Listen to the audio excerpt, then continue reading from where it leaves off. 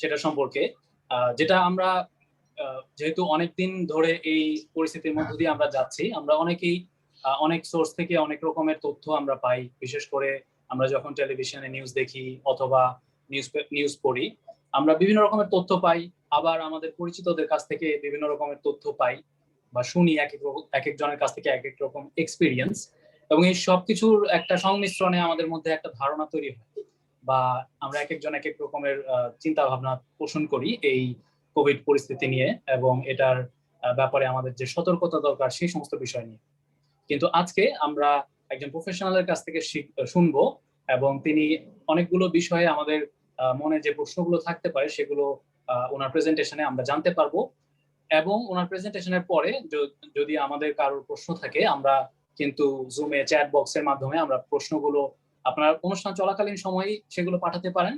আমরা চেষ্টা করব যে আজকে প্রেজেন্টেশনের পরে সেই কোয়েশ্চেনগুলো থেকে যদি কিছু বাকি থাকে কোনো কিছু, সেগুলো কভার করতে। সো এগেইন থ্যাংক ইউ আপনারা সবাই যারা এখানে এসেছেন। আমি একটু পরেই আমাদের বোন মেবেলদি তিনি পরিচয় করিয়ে দিবেন আমাদের আজকের যিনি স্পেশাল গেস্ট, বা তার আগে আসুন আমরা সবাই এই সময়টাকে আমরা নিবেদন করি এবং প্রার্থনার মধ্য দিয়ে আমরা আজকের এই ইভেন্টটা শুরু করি, যেহেতু আমরা মণ্ডলী হিসেবে এখানে সবাই একত্রিত হয়েছি। Let's take a moment to thank and start this event with a word of prayer. স্বর্গীয় পিতা ঈশ্বর, ধন্যবাদ জানাই যে তুমি আমাদের সবাইকে নিরাপদ এবং সুস্থ রেখেছো। এইরকম প্রচন্ড একটা মহামারীর মধ্যেও আমরা প্রত্যেকে এবং আমাদের পরিবার, আত্মীয় স্বজন আমরা সুস্থ আছি, সেই জন্য আমরা তোমার কাছে কৃতজ্ঞ। এবং মণ্ডলী হিসেবে এবং আমাদের আরো অনেক বন্ধু বান্ধবদের সাথে একত্রিত হয়ে আজকে এই ভার্চুয়াল যে সেমিনার বা সেশনটা আমরা জয়েন করতে পারছি, সেটার জন্য আমরা কৃতজ্ঞ। এবং এই সেশনে যিনি আমাদের সাথে আছেন রিসোর্স পার্সন হিসেবে, ধন্যবাদ জানাই যে তিনিও এগ্রি করেছেন তার ব্যস্ত সময় থেকে আমাদেরকে দেওয়ার জন্য। সাহায্য করো যেন আমরা এই বিষয়টাতে শিখতে পারি এবং আমরা প্রত্যেকেই যেন সিরিয়াস হই এই বিষয়ে, আমাদের যে পদক্ষেপগুলো নেওয়া উচিত সেগুলো নেওয়ার ব্যাপারে। এই সময়টা যেন আমাদের জন্য খুব ফ্রুটফুল এবং এফেক্টিভ হয়। আমাদের সাথে থাকো, এই প্রার্থনা যীশু খ্রিস্টের নামে চাই। থ্যাংক ইউ সবাইকে। এই সময়তে আমি অনুরোধ করব যে আমাদের বোন মেবেলদি, যাকে আমরা অনেকেই চিনি, নাথালিয়া মেবেল ফার্নান্দেজ, যিনি একজন নার্স হিসেবে কর্তব্যরত আছেন এবং যিনি আসলে একজন ভারতীয় নাগরিক, কিন্তু অনেকদিন বাংলাদেশে আছেন এবং আমাদের অনেকের কাছেই খুবই পরিচিত।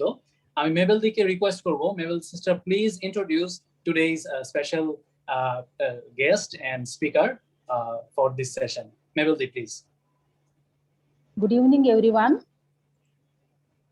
I would like to take this opportunity to introduce today's resource person, Dr. AKM Arifuddin Ahmed, focal person of COVID unit and academic coordinator in Imperial Hospital Limited, Chittagong. He has joined on November 2016 during project stage of Imperial Hospital Limited as a medical coordinator, then promoted to academic coordinator from January 2020. He is doing great job in Imperial Hospital. He is responsible of whole COVID project. Those who are taking treatment from him will get quick recovery. Our mortality rate is very low. I am very grateful for you, doctor, taking time out from your busy schedule. I hope and pray that your valuable advice will save many souls around the world. It is a great pleasure for all of us to have him for today's COVID-19 awareness and prevention program. Thank you. So may I start now? Yeah. Please, sir. Thank you, Mr. Jonathan and Ms. Mabel. Ms. Mabel also working as a in-charge nurse or in charge of all the nurses in Imperial Hospital. She is also working in the COVID unit of Imperial Hospital at present. I would like to thank Dhaka Church of Christ to invite me here to introduce or to discuss on COVID-19. So I would like to start from a presentation which I have prepared from some of the questions provided by you to me. So let us start with the introduction on the present situation of COVID in the world, as well as in Bangladesh and India. I am presenting my presentation in English, as there are some of the participants of this program will be from other country. So I am starting with English. So the present in Bangladesh and as well as in the world, the present main question of the COVID-19 situation at present is the Indian variant of COVID-19. So this is one kind of mutant variant of COVID-19. What we have found that the COVID-19 is one kind of virus, and Ncov-19, the name of this virus is the novel coronavirus. And this novel coronavirus has got around 7,000 variant or the types, and those 7,000s all are not included in the I think you need to mute all of your audio, then it will be better for all. And and the COVID-19 is a disease. Sir, Jonathan is translating for you in Bangla. Excuse me? Jonathan is translating for you in Bangla. Okay, thank you so much. So what I am telling that the Ncov-19 novel coronavirus is one of the variant of other coronaviruses. There are 7,000 coronaviruses are found in this universe, and those are not related with the human. Most of them are.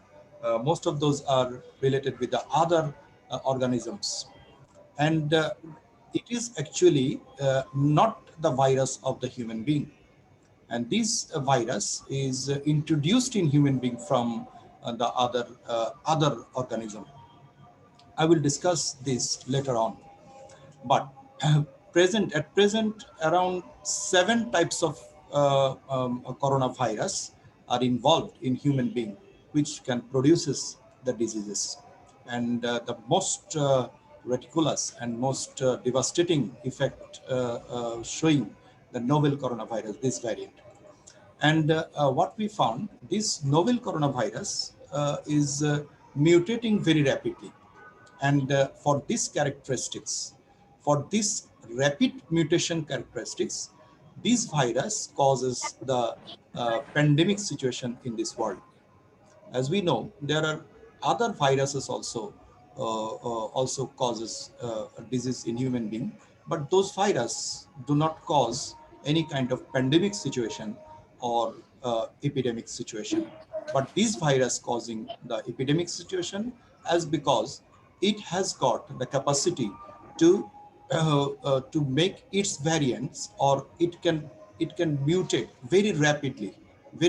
So at present, around 1,000 of variant already produced by this novel coronavirus, and we know that yes, please. Sir, আপনি কি একটা slide করার পরে আমি ট্রান্সলেশনটা করে দিব summary করে বাংলায়? No problem, as you like. তাহলে একটু আমি বলে নিই আপনি যতটুকু বললেন। Yes, please. So basically corona virus এর অনেক রকমের ভ্যারিয়েন্ট আছে, এবং স্যার বলেছেন যে প্রায় 7,000 রকমের করোনা ভাইরাস এক্সিস্ট করে, কিন্তু মানুষের দেহে কেবলমাত্র 7 রকমের ভাইরাস, করোনা ভাইরাসের 7 রকমের ভ্যারিয়েন্ট মানুষের দেহে এফেক্ট করে বা করতে পারে। কিন্তু সেই ভাইরাসগুলো খুব দ্রুত মিউটেট হচ্ছে, বা সেটা মানে পরিবর্তিত হচ্ছে সেটা রূপ, এবং যেটা ইতিমধ্যেই প্রায় 1,000-এরও বেশি রূপ ধারণ করেছে বা ভেরিয়েশন ধারণ করেছে মিউটেট হওয়ার মাধ্যমে, এবং যেটা এই এপিডেমিকের ফলশ্রুতিতে এখন ঘটেছে। Thank you. So those novel coronavirus, out of those mutants, most of mutants are not very much different than previous one, which is found in the China. But some of the variants, such as UK variants, such as South African variants, and then Brazilian variants, those have already shown some higher rate of infection. And those higher rate of infection causes the a higher rate of death in those countries and European countries. And at that time, in India, those variants causes some of the one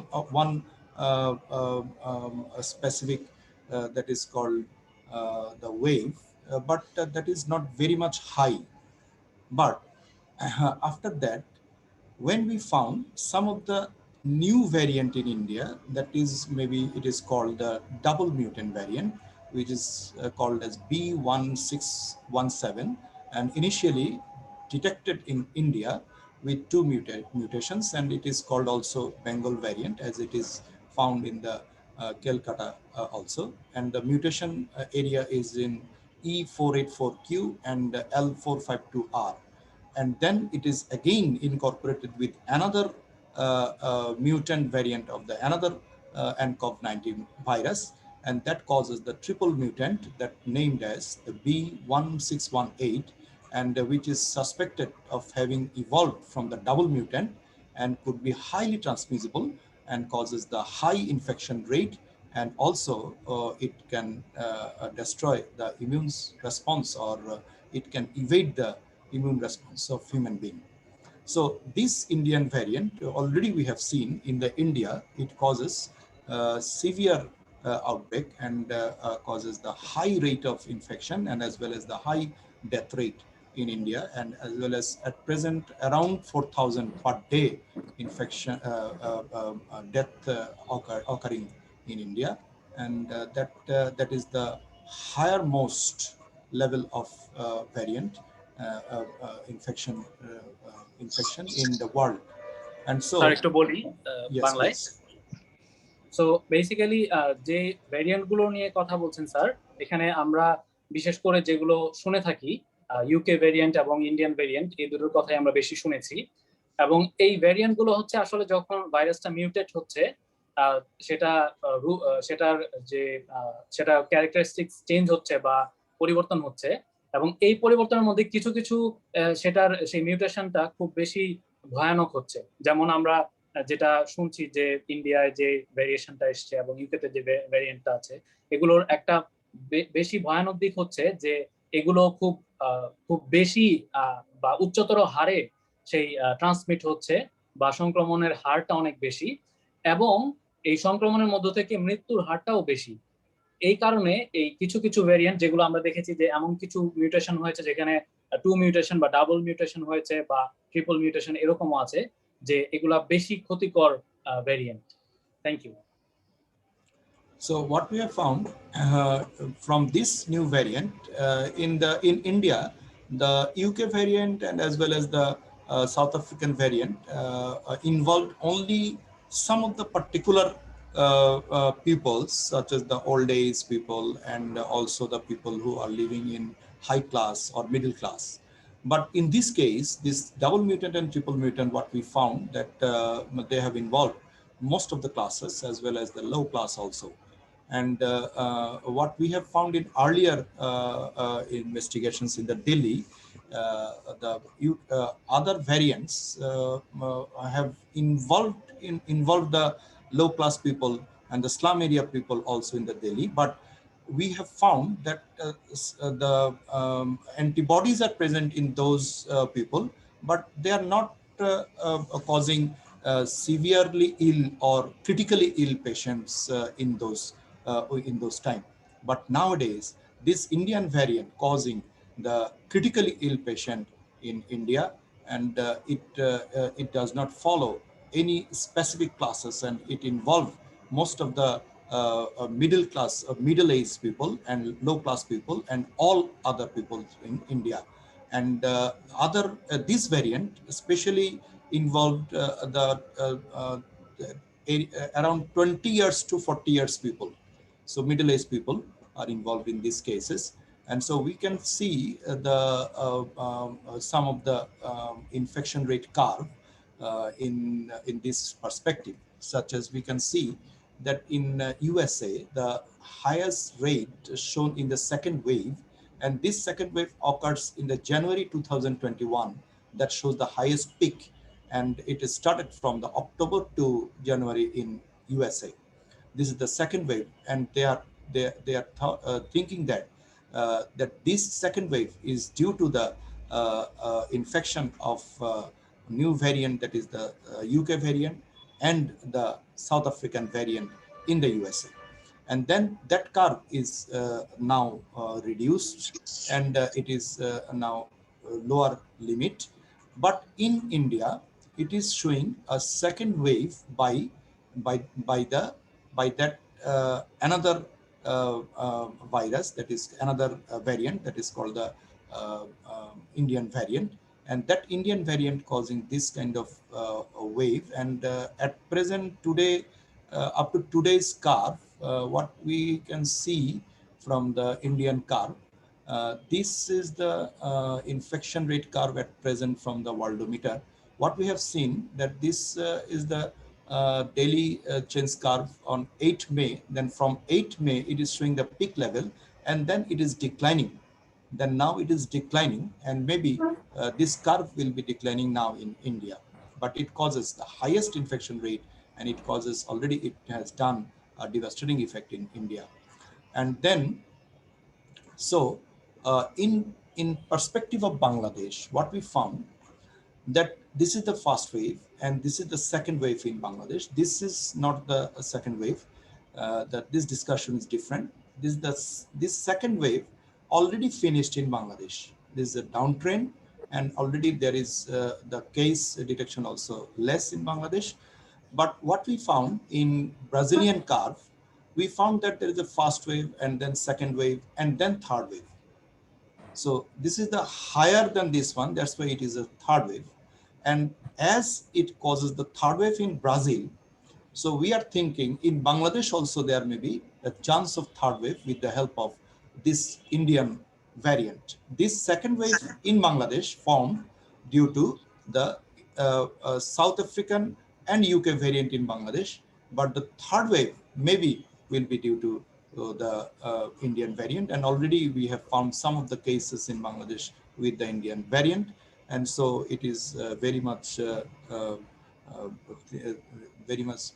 problematic for us. So আমি just সারমর্ম বলে দিচ্ছি যেটা sir এতক্ষণ বলেছেন, যে এই যে মিউটেশনের মাধ্যমে যে ভ্যারিয়েন্ট গুলোর কথা আমরা শুনলাম, সেটার মধ্যে আমাদের এই মহামারীর শুরুর দিকে প্রারম্ভিক দিকে যে ভ্যারিয়েন্টটা ছিল, এটার মধ্যে কিছু ক্যারেক্টারিস্টিক্স বোঝা যেত বা বৈশিষ্ট্য বোঝা যেত, যে কোন ধরনের বা কোন বয়সের বা কোন অর্থনৈতিক অবস্থার বা কোন ধরনের পরিবেশে বসবাস করা মানুষরা বেশি এফেক্টেড হচ্ছে। এই ধরনের কিছু স্ট্যাটিস্টিক্স ছিল যেটা প্রাথমিকভাবে বা প্রারম্ভিক দিকে যে ভ্যারিয়েন্টটা ছিল। কিন্তু পরবর্তীতে যখন মিউটেশন গুলো হলো, তারপরে দেখা গেছে যে কিছু কিছু মোর ডেঞ্জারাস বা বেশি ভয়ানক যে মিউটেশন গুলো, সেখানে কিছু কিছু ভ্যারিয়েন্টের এমন কিছু ক্যারেক্টারিস্টিক্স যেটা আসলে ট্র্যাক করার মতো না বা আসলে হিসাব করে বুঝে ওঠার মতো না। সেখানে দেখা যাচ্ছে যে বয়সের কোনো লিমিটেশন থাকছে না। আগে যেখানে হয়তো বা একটু বয়োজ্যেষ্ঠ বা যাদের বয়স বেশি তারা বেশি এফেক্টেড হতো, কিন্তু বর্তমান যে ভ্যারিয়েন্ট গুলো সেগুলোর মধ্যে অনেকগুলো আছে যেখানে 20 বছর থেকে 40 বছরের এই রেঞ্জের বয়সের মানুষেরাও আক্রান্ত হচ্ছে। এবং আমরা যে গ্রাফগুলো স্যার দেখিয়েছেন, যে সেই ওয়েভ গুলো, যে প্রাথমিকভাবে প্রথম দিকে যে মহামারীটা ছড়িয়েছিল, তারপরে একটা সময় সেটা কমতে থাকে, কিন্তু পরে গিয়ে আবার সেই অন্য কোনো ভ্যারিয়েন্টের কারণে হয়তোবা সেই ওয়েভে আবার একটা সেই বেড়ে ওঠে সেটা। এবং সেটা আমরা দেখলাম ইউএস এর ক্ষেত্রে। ইন্ডিয়ার ক্ষেত্রে যেটা আমরা দেখছি যে এপ্রিল থেকে সেই ওয়েভটা শুরু হয়, আবার মেয়ের দিকে এসে মেয়ের প্রথম সপ্তাহের পর থেকে সেটা হয়তোবা নামতে শুরু করছে বা বোঝা যাচ্ছে সেরকম। বাংলাদেশে যেটা আমরা দেখেছি যে বাংলাদেশে আসলে বর্তমানে গত মাসেও যে পরিস্থিতিটা ছিল, সেটাই ছিল আসলে দ্বিতীয় ওয়েভ বা দ্বিতীয় ঢেউ। এবং এই দ্বিতীয় ঢেউটাতে সাউথ আফ্রিকান এবং ইউকে ভ্যারিয়েন্টের প্রভাবটাই বেশি ছিল। কিন্তু বিশেষজ্ঞরা হয়তোবা এমন চিন্তা করেন যে বাংলাদেশের তৃতীয় ঢেউ বা থার্ড ওয়েভ যদি আসে, সেক্ষেত্রে হয়তোবা যে ইন্ডিয়ান ভ্যারিয়েন্ট সেটার একটা বড় প্রভাব থাকতে পারে, এবং সেটা আমাদের জন্য খুবই চিন্তার একটা বিষয় হবে। Thank you. So what we need to do now, and now what we need to do to fight against the Indian variant. So in brief, what we need to do, that is the lockdown of borders of India, Bangladesh, as well as different states of India. For some extent, we are doing that one, or our government are doing that one. And then quarantine of the passengers coming from India to protect the Indian variant in Bangladesh. And then inter-district lockdown in Bangladesh, as well as we know that around 38 district of Bangladesh already red zone declared by IEDCR. Even though as the Indian variant not still now not in the spreading situation in Bangladesh, so we can involve or we can impose the inter-district lockdown in Bangladesh also. That will be effective to prevent the spreading of the Indian variant. And then increase the number of tests, that is the RT-PCR for SARS-CoV-2. As we know, it is one kind of reverse transcriptase polymerase chain reaction investigation that required specific PCR lab or polymerase chain reaction lab, or we can say that is the DNA lab or RNA lab. So those labs are highly specialized labs. So most of the area of Bangladesh have lack of this kind of lab. So this kind of test cannot be done in every where of Bangladesh. So in some cases we can increase this this test by collecting the samples from different area and then to the specific labs, and then we can increase, as well as because without identifying the cases or without isolation of those cases and without treatment of those cases, the transmission of this virus, as this virus is transmitted mainly human to human. At first, it is a zoonotic disease, as it is came from some other animal to human, but after transforming it into an Covid-19 virus, it is transforming from human to human. So the main transmission now occurring from human to human. So to prevent this human to human, the transmission need to be prevented by isolation of the infected cases. And to isolation of that infected cases, we must need to identify first, as because we know around 20 to 26% of the cases are asymptomatic, and they have showing no symptoms, but they are spreading the diseases to the locality or the population. That's why we must need to identify first, as well as that those cases, those are asymptomatic cases, and then we can isolate them and then treatment. And only this can prevent or block the transmission. That is the main thing. And the quarantine and the lockdown and inter-district lockdown, this can delay the transmission but cannot prevent. But identification of the cases, isolation of the cases, and treatment of the cases is the main thing by which we can prevent the transmission of this disease or this virus. So as the RT-PCR test is highly sophisticated test, and it required around biosafety level 2 level lab, and so it is very difficult to make this kind of lab everywhere in Bangladesh or as well as in India also.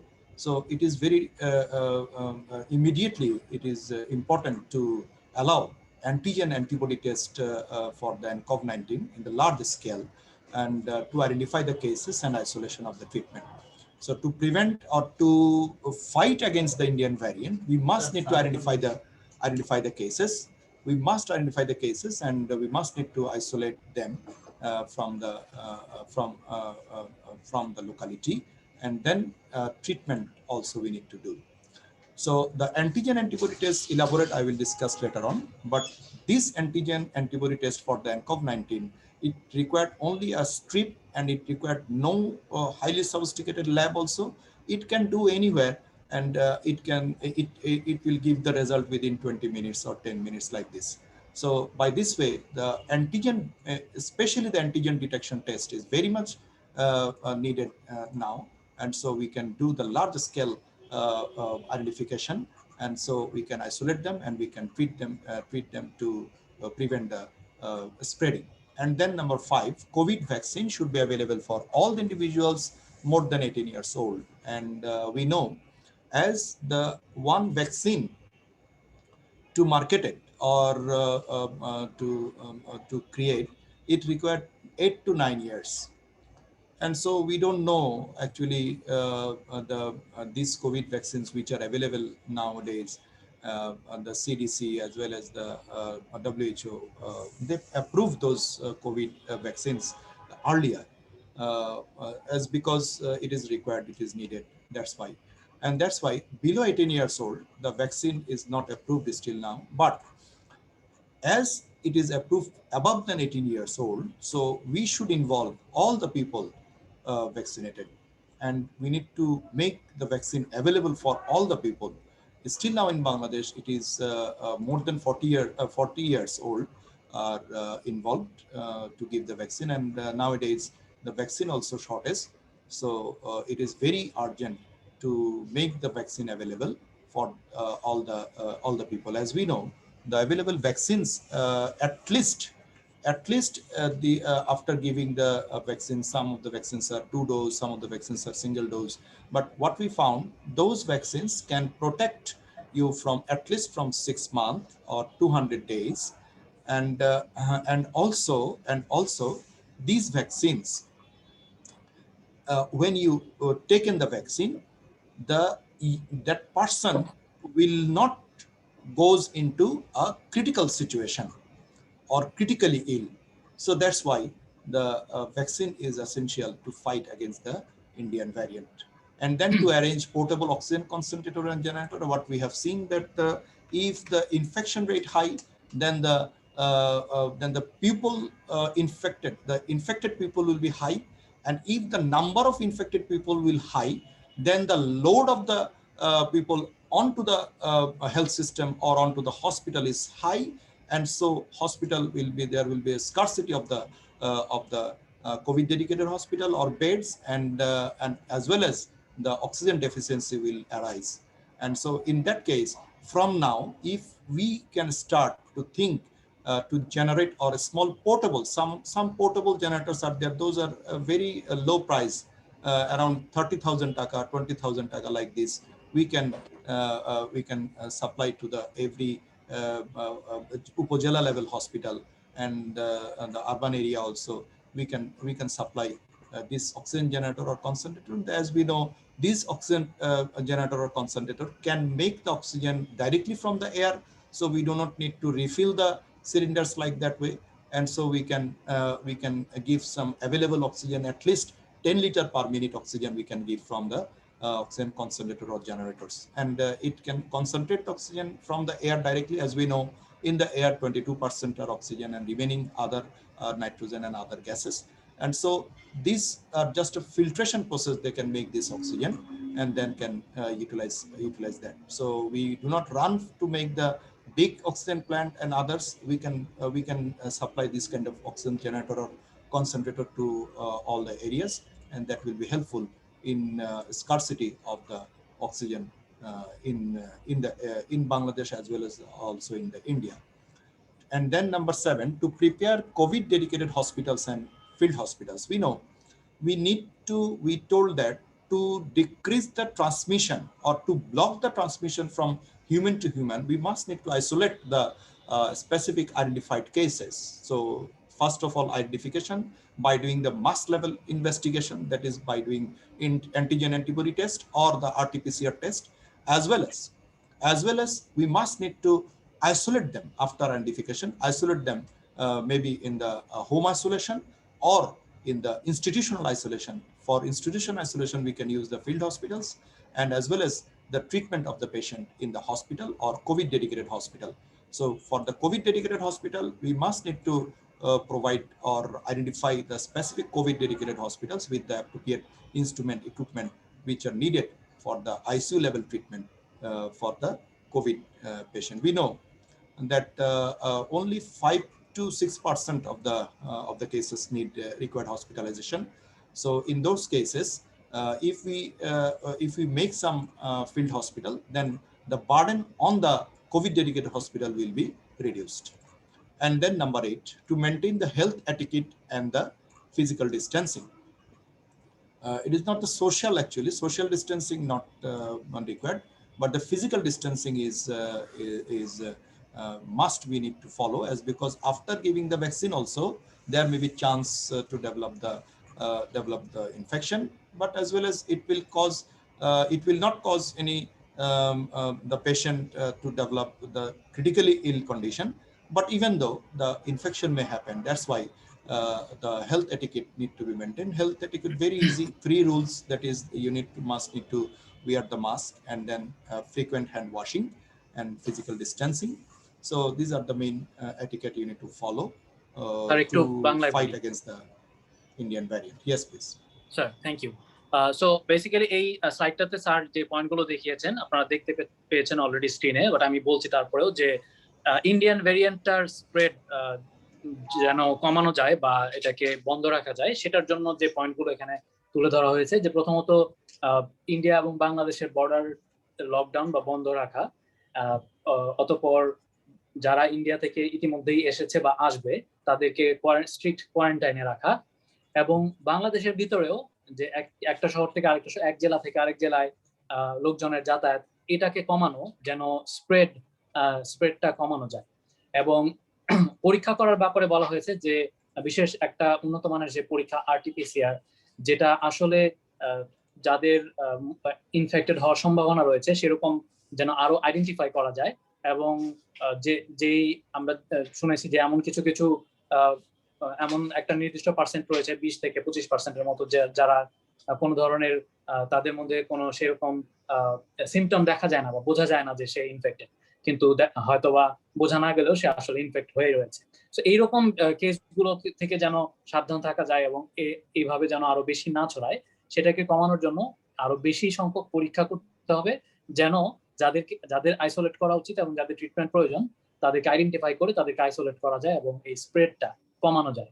এবং সেই ভ্যাকসিনের ব্যাপারে sir যেটা বলেছেন যে আসলে আমরা জানি যে একটা ভ্যাকসিন ডেভেলপ হতে সম্পূর্ণভাবে ডেভেলপ হতে সে প্রায় 8 থেকে 10 বছরও লেগে যায়, কিন্তু এই অল্প সময়ের মধ্যে যে ভ্যাকসিনটা অলরেডি এখানে আমাদের কাছে এখন এসেছে বা মার্কেটে অ্যাভেলেবল, সেই ভ্যাকসিনটার সেই এফিসিয়েন্সি নিয়ে হয়তোবা কিছু প্রশ্ন থাকতে পারে বা সেটা নিয়ে আরো গবেষণা চলছে, কিন্তু যেটা আমরা ইতিমধ্যে জানতে পেরেছি যে ভ্যাকসিনটা অ্যাটলিস্ট যারা ইনফেক্টেড হয় তাদের সেই অনেক বেশি ক্রিটিক্যাল কন্ডিশন হয়ে যাওয়া থেকে রোধ করতে পারে, অর্থাৎ তাদেরকে খুব বেশি সেই ক্রিটিক্যাল ইলনেস হয় না, তার আগেই তারা এটা ফাইট করতে পারে, তাদের বডির মধ্যে সেই এটা তৈরি হয় সেই রোগটাকে ফাইট করার। এবং যেহেতু বর্তমানে যে ভ্যাকসিন গুলো অ্যাভেলেবল সেগুলো 18 বছর এবং তার উপরে যারা রয়েছে তাদের জন্য প্রযোজ্য, সেই জন্য স্যার বলছেন যে 18 বছর হয়ে গেছে, যারা 18 বছর ঊর্ধ্বে রয়েছে তাদের সবার জন্যই যেন ভ্যাকসিন অ্যাভেলেবল হয়, সেটা আসলে উচিত আমাদের দেশের সবার জন্য। এবং অক্সিজেন কনসেন্ট্রেটর এবং জেনারেটর, যেটা স্যার বলেছেন যে তুলনামূলক কম খরচেও বা এফোর্ডেবল এর মধ্যে কিছু অক্সিজেন কনসেন্ট্রেটর বা জেনারেটর রয়েছে, যেটা সেই আমাদের প্রয়োজন অনুসারে বা যে হসপিটাল বা যেখানে ট্রিটমেন্ট হচ্ছে সেখানে অ্যাটলিস্ট তাৎক্ষণিক সেই সাপোর্টটা দেওয়া যেতে পারে, এবং এগুলো অনেক বেশি এক্সপেন্সিভ না। তাই স্যার পরামর্শ যে আরো বেশি করে এই ক্যাপাসিটি গুলো তৈরি করে রাখা বা এই প্রস্তুতিগুলো নিয়ে রাখা বাংলাদেশেও এবং ইন্ডিয়ার জন্য সেটা প্রযোজ্য। এবং কোভিড এর জন্য ডেডিকেটেড হসপিটাল এবং বিশেষ করে যেন আইসোলেশনের জন্য আরো বেশি সেই ক্যাপাসিটি যেন থাকে সেই রকম হসপিটাল তৈরি করা, এবং অবশেষে আমাদের সর্বসাধারণের জন্য আমাদের জন্য সেই হেলথ এটিকেট বা স্বাস্থ্যবিধি এবং শারীরিক দূরত্ব, এই বিষয়গুলো মেনটেন করা, যেটা আসলে আমরা জানি যে এটা খুব কঠিন কাজ না। নিয়মিত সেই হাত সাবান দিয়ে ধোয়া এবং বাইরে গেলে অবশ্যই মাস্ক ব্যবহার করা, ফিজিক্যাল ডিস্টেন্সিং অর্থাৎ অন্যদের সাথে দূরত্ব মেনটেন করা। এবং একটা কথা স্যার বলেছেন যে ইভেন সেই টিকা নেওয়ার পরেও আমাদের কিন্তু এই ফিজিক্যাল ডিস্টেন্সিং এবং এই হেলথ এটিকেট বা স্বাস্থ্যবিধিগুলো মেনে চলা অবশ্যই দরকার আমাদের নিজেদের ভালোর জন্য এবং অন্যদের ভালোর জন্য। Thank you. Thank you. So now I am presenting, there are some of the COVID antigen rapid test kit. So these are the COVID antigen rapid test. So this only just you can give some blood, 1 drop or 2 drops of blood, and then you can test the antigen present or not in your blood. So it is very easy process, and 90 up, the efficacy of this these tests are 90%, more than 90%, 95 or 97%. So this we can involve. And then this is the antibody test. Antibody actually, this take time 4 to 5 days at least to produce the antibodies against the COVID or corona or N95 virus. So this antibody test also will help to diagnose the case and also to treat the case. And then come to the vaccine types. The vaccine types, what we found nowadays, there are 3 vaccine types we found. There is the RNA vaccine or mRNA vaccine, we can say. And this mRNA vaccine is very newer technology for the vaccine. And then subunit vaccine, and then the viral vector vaccine. So this mRNA vaccine, actually, we know that the COVID virus is, or nCoV-19 virus is a RNA virus, and RNA virus is a one kind of single strand RNA. It contains the single strand RNA, and this RNA present in its core, and around it there is a one of the specific that is called the one barrier, a phospholipid bilayer. And then some of the protein, those are called spike proteins around this one. So on this basis, the RNA molecule, single strand RNA molecule present inside that is a single strand RNA molecule present inside the nCoV-19 virus. And then this protein is the spike protein, and this is the green color, dark green color, that is the phospholipid bilayer. So we know this RNA has got the different characteristics of this virus. So from this RNA, it produces this kind of projection or the protein. So the informations in the RNA will build what type of protein will be made on the surface of this virus. So if we can see this infection process in the human cell of this virus, then we can understand, such as this is a nCoV-19 virus. It contains RNA inside it, and then on the surface there are some green color. Those are this red color. These are spike protein. This spike protein can bind on the specific receptor site onto the human cell. So this receptor is called the angiotensin converting enzyme 2 receptor, that is called ACE2 receptor. These receptors are mainly present in the lung, and on those surface, and mainly in the lower respiratory tract, we found this kind of respiratory receptor that is called ACE2 receptors. On these receptors, by the help of that a specific spike protein, it can bind. Without binding with the host receptor, the virus cannot work, and that's why viruses are highly specific in their nature or in their action. So the other virus cannot infect human, as because there is no receptor on which the virus can infect. But this virus has the receptor site onto our human cell. That's why it can bind with this, and then it can infused inside the human cell. That is called fusion process, and then it releases its mRNA molecule, this mRNA molecule, and then this mRNA molecule bind with the porine molecule. What it is, a transport protein in the human cell, and then it can enter inside the nucleus of human cell. And then when it enters into the human cell nucleus, then it incorporated with the human genome and starts making new proteins and new viral protein.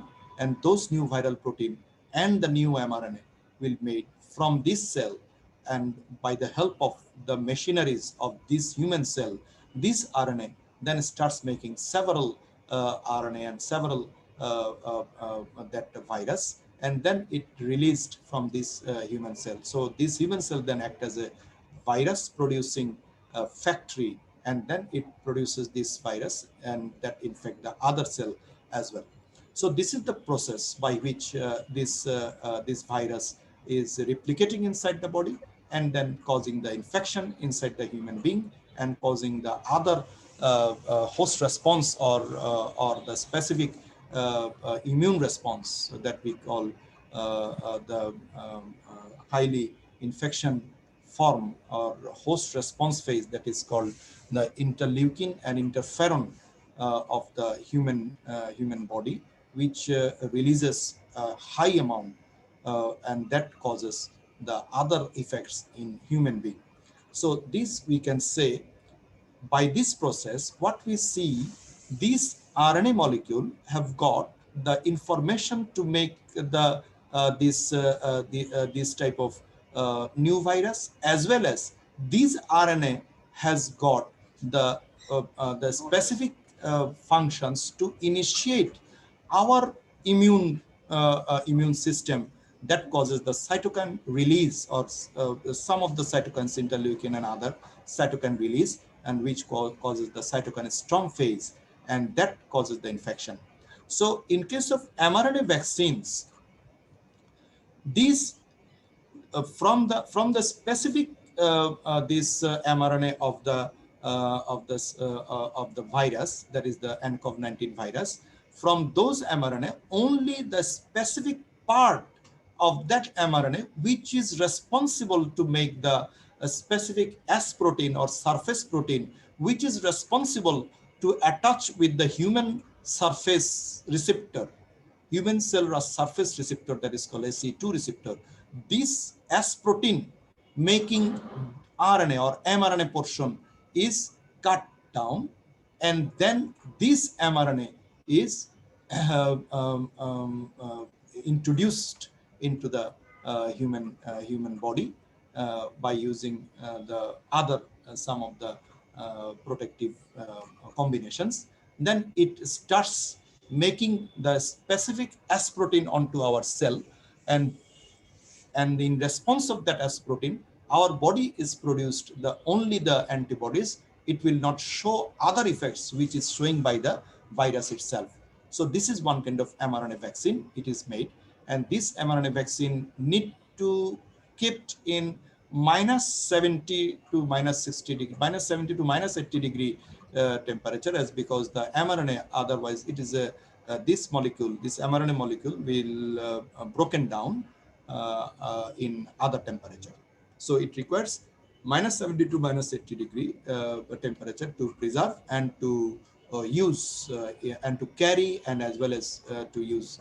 That's why it is very sophisticated. And then another type of vaccine that is called recombinant SARS-CoV-2 surface protein, and that is also made the specific, this is called the subunit vaccine. The specific S protein is made, and then S protein is introduced into your body. On the response of this S protein, the antibodies are produced, and then these antibodies produces the memory cell, and also it helps to prevent the original virus when enter. Then this antibody can fight against that virus very rapidly. And another type of vaccine is the viral vector packaging vaccine. This viral vector packaging means the specific mRNA cut down, which is responsible to make the S protein, which is responsible to bind with the specific receptor of human cell. Those part of the mRNA of the virus is cut down, and then it enters into an unusual host cell, unusual host virus, that may be adenovirus. There is a chimpanzee. The adenovirus of chimpanzee will not affect human being, will not cause any disease in human being. The chimpanzee virus, adenovirus, is unusual host. Human is an unusual host for chimpanzee, that adenovirus.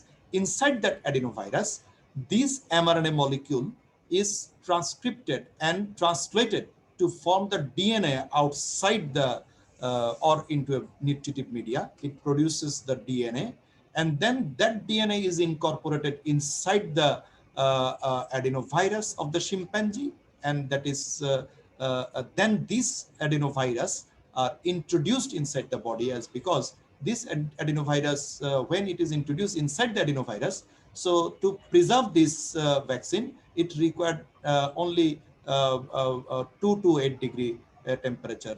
Other vaccine, how it is preserved or can carry by using this temperature, it required no minus 70 to minus 80 degree temperature. So this adenovirus containing the specific portion of the mRNA molecule, which is transformed into the DNA, then this DNA is incorporated with the DNA of the adenovirus, and then these adenovirus are introduced into the human being, and then it produces the specific viral protein inside the human. From this DNA, it starts making the S protein, and then in response of that S protein, human body produces the antibodies against the S protein, and that antibodies can fight against the specific virus when enter into the body. And so this is the basic phenomenon, or basic mechanism by which the following these vaccines are made, such as the Oxford AstraZeneca. This is the genetically modified virus, that is a viral vector. And so that means it is a genetically modified S protein vector. So that S protein can be introduced, and in response of that one, it can produce the antibodies in our body. And then Pfizer-BioNTech, it is the specific mRNA vaccine. It required around minus 70 to minus 80 degree temperature to preserve and to carry. This is the, but the effectivity is the 95%. And this AstraZeneca has got 62 to 90% effectivity. And then the Sinovac, it is the inactivated vaccine, that is called the virus. This virus, when introduced, such as the N95 virus, is infective for the human being, or it causes the human being. But when these virus introduced into a sheep or a horse, then it will cause no disease in that unusual host, but it will be less virulent when it is introduced into another this kind of host.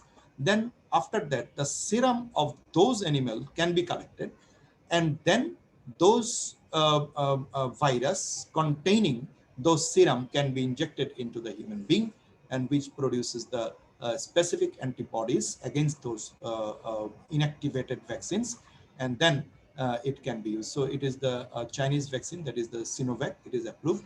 And then Sputnik V, that is the Russian vaccine, and it is adenoviral vector-based platform. What we have seen that the mRNA is collected, and then the mRNA, which is responsible to make the S protein, and that is introduced, that is converted into DNA, and that DNA is introduced into the unusual virus, that is the chimpanzee adenovirus, and then it can be introduced into the human being, which trigger the immune response, which produces the antibodies in human being. This is the Sputnik V, and the efficacy of this one is 91.4%, and the Sinovac efficacy is the 50 to 70%.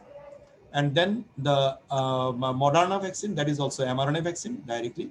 And then the Johnson & Johnson, it is used as a cold virus to deliver the genetic material from the coronavirus into the body to prompt an immune response. It is also inactivated virus, but it is a genetically modified virus. So these are the actually the vaccine types and vaccines. And with this mechanism of actions, what we have seen that it is actually effective, and it can be taken, and it should be taken to prevent this pandemic situation, or to overcome this pandemic situation. We must need to involve these vaccines in the greater population, or the whole population in the world. Sorry, একটু বাংলা একটু translate করে দেই। So sir এই স্লাইডটা একটু রাখেন please, thank you. So basically আমি খুব ইন ব্রিফ স্যার যেটা বলেছেন, যে এই যে ভাইরাস যেটা সম্পর্কে আমরা মোটামুটি দেখেছি বা ছবি এখানে স্লাইডের মধ্যে স্যার খুব সুন্দর করে বিভিন্ন পার্টগুলো আইডেন্টিফাই করেছেন। তো বেসিক্যালি এই ভাইরাস যেটা হচ্ছে, যেটার মূল অংশে রয়েছে হচ্ছে আরএনএ, এবং এর এর বাইরে বিভিন্ন অংশগুলো যে আমরা দেখেছি, যে ভাইরাসের যে আবরণটা, সেটার মধ্যে যে জিনিসগুলো রয়েছে, এবং সেই আবরণের বাইরে যে স্পাইকের মতো যেটা প্রোটিন, তো এই জিনিসগুলো এর বিভিন্ন অংশের উপর বেস করে, বা এর এক একটাকে কেন্দ্র করে সেই বা বেস করে সেই ভাইরাসগুলো বিভিন্ন রকমের ভ্যাকসিন গুলো ডেভেলপ করা হয়েছে বা হচ্ছে। যে আমরা দেখেছি যে আরএনএ, যেটা একদম সেই ভাইরাসের সেন্টারে যে জিনিসটা থাকে, যেটার মধ্যে আসলে ইনফরমেশন থাকে ওই ভাইরাসের সম্পর্কে, সেই আরএনএ উপর নির্ভর করে কিছু ভ্যাকসিন ডেভেলপ করা হয়েছে, যেগুলো ব্যবহৃত হচ্ছে। আবার সেই আরএনএ সেই তথ্যের উপর নির্ভর করে একটা ভাইরাসের যে চারপাশে যে বেষ্টনী বা সেটার গায়ে যে স্পাইক যে প্রোটিন গুলো রয়েছে, সেগুলো কোন ধরনের হবে সেগুলো সে নির্ধারিত হয়। আর সেটার উপর সেই সেই বা সেই বাইরের যে বেষ্টনী, সেটার উপর বা সেটার ধরন এর উপর নির্ভর করেও কিছু ভ্যাকসিন ডেভেলপ করা হয়েছে। তো বেসিক্যালি আমাদের শরীরে যেন এই জিনিসগুলো ভ্যাকসিনের মাধ্যমে ইন্ট্রোডিউস হলে, এর অংশ বিশেষ যেন আমাদের শরীর সেটাকে ফাইট করার ক্যাপাসিটি তৈরি করতে পারে।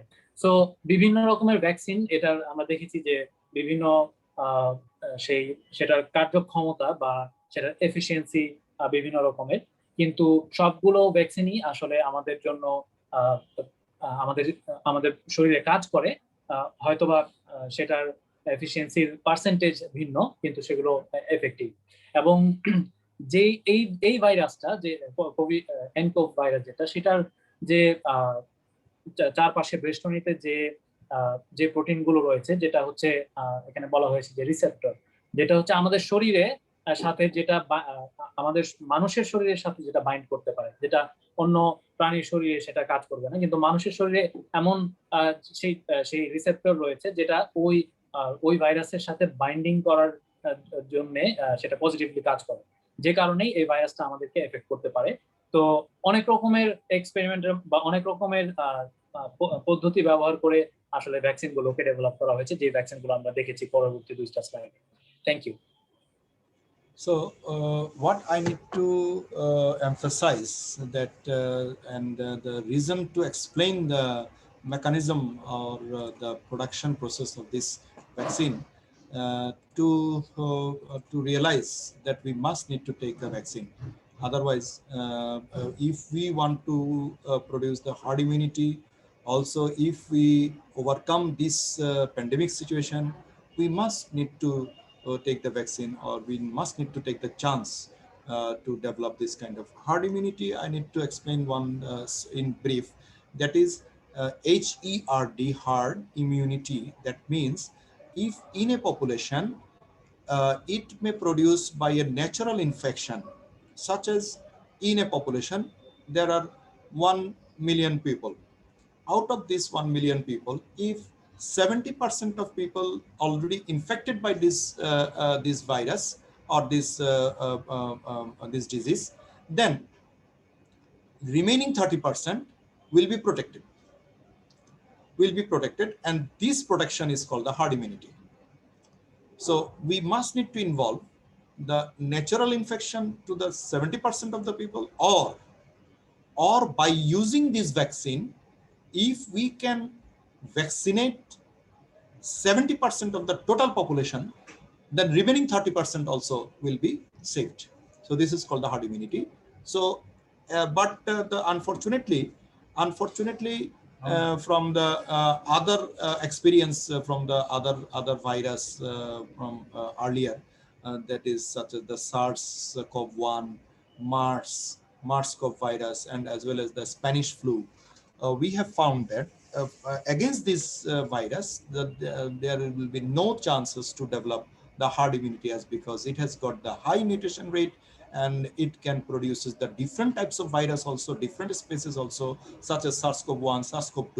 Maybe it can produce the SARS-CoV-3 also. So that may not work with this vaccine also. So let us see.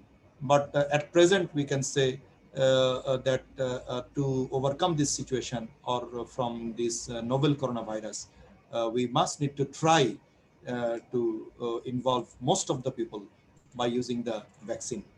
And then I will discuss on the specific questionnaires such as what causes the COVID-19. We know that the virus, that is the N95 virus, that is the novel coronavirus, is the main causative agent which causes the COVID infection. And I have explained the structure also of this virus. And then I have explained the infection process or the replication process occurring in the human cell. I have explained that one also. Yes, please. Sir, একটু herd immunity ব্যাপারটা একটু বলে দিই আমি please. Yes, please. Thank you. So sir যেটা বলেছেন আমরা অনেকে শুনেছিও হয়তো বা বিভিন্ন রিপোর্টে বা বিভিন্ন আলোচনায় যে হার্ড ইমিউনিটি, হয়তো আমরা অনেকে অলরেডি বুঝি বা কারো কাছে এই কনসেপ্টটা ক্লিয়ার না। সো মূলত যে কোনো ধরনের একটা ভাইরাস বা যে কোনো ধরনের একটা ডিজিজে যখন একটা পপুলেশনের 70% মানুষ সেই ভাইরাসটার প্রতি ইমিউনিটি ডেভেলপ করে, সেটা হতে পারে যে অলরেডি ইনফেক্টেড হওয়ার মাধ্যমে ইমিউনিটি ডেভেলপ হয়েছে অথবা ভ্যাকসিন গ্রহণ করার মাধ্যমে ইমিউনিটি ডেভেলপ হয়েছে। এই দুটার যে কোনোটাই হোক বা এর সংমিশ্রণে যদি একটা পপুলেশনের 70% মানুষ একটা নির্দিষ্ট ভাইরাসের প্রতি একটা ইমিউনিটি ডেভেলপ করে ফেলে, তখন সেই বলা হয় যে বাকি 30% মানুষ সেটা আর এটা খুব বেশি সেই এফেক্টটা অনেক বেশি খারাপ হবে না বা তাদের অনেক বেশি মাত্রায় ক্ষতি হবে না। তো এই যে কনসেপ্টটা, এটাই হচ্ছে হার্ড ইমিউনিটি, এবং সেটার জন্যই আসলে আমাদের দেশে হয়তো অনেক মানুষ অলরেডি ইনফেক্টেড হয়ে আবার সুস্থ হয়ে উঠেছেন, অলরেডি তাদের মধ্যে ইমিউনিটি ডেভেলপ করেছে, কিন্তু সেই বাকি যারা রয়েছে তাদেরকে অবশ্যই ভ্যাকসিন নিতে হবে। আর সেই জন্য আমরা যদি এইভাবে চিন্তা করি যে 70% মানুষের মধ্যে ইমিউনিটি তৈরি হতে হলে অনেক মানুষকে ভ্যাকসিন নিতে হবে। সো আমরা সবাই যেন ভ্যাকসিন নেওয়ার ব্যাপারে সচেষ্ট হই এবং আগ্রহী হই। তবে এখানে একটা কথা হচ্ছে যে যেহেতু এই ভাইরাসটা অনেক দ্রুত মিউটেট করছে, এটার মধ্যে মিউটেশনটা অনেক দ্রুত সংঘটিত হচ্ছে, সেই জন্য সেই থিওরিটিক্যালি বলা যেতে পারে যে এটার ক্ষেত্রে হয়তো বা হার্ড ইমিউনিটি, কারণ হার্ড ইমিউনিটিটা হয় একটা নির্দিষ্ট ভাইরাসের ক্ষেত্রে, কিন্তু যেহেতু এখানে একটা ভাইরাসের ক্ষেত্রে ইমিউনিটি তৈরি হতে হতে সেই ভাইরাসটা অলরেডি মিউটেট হয়ে সেটার বিভিন্ন রূপ তৈরি হয়ে যাচ্ছে। তো সেই ক্ষেত্রে আসলে কোভিড-19 এর ব্যাপারে হার্ড ইমিউনিটিটা খুব একটা ডিফিকাল্ট একটা বিষয়। Thank you. So I would go to another one that is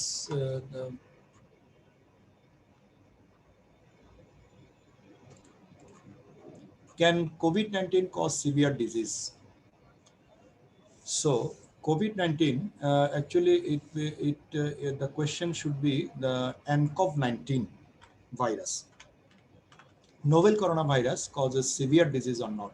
The name of the disease causing by this virus is the COVID-19. So we can say what are the things happen in this disease. What we found, this virus has got two phases infection. When it enters into the body, it may take 4 to 5 days or 2 to 14 days incubation period to show the symptom. In some cases, within these 2 to 14 days also, it will show no symptoms. So those are called the incubation period. After this incubation period, these virus show a replication phase in the body.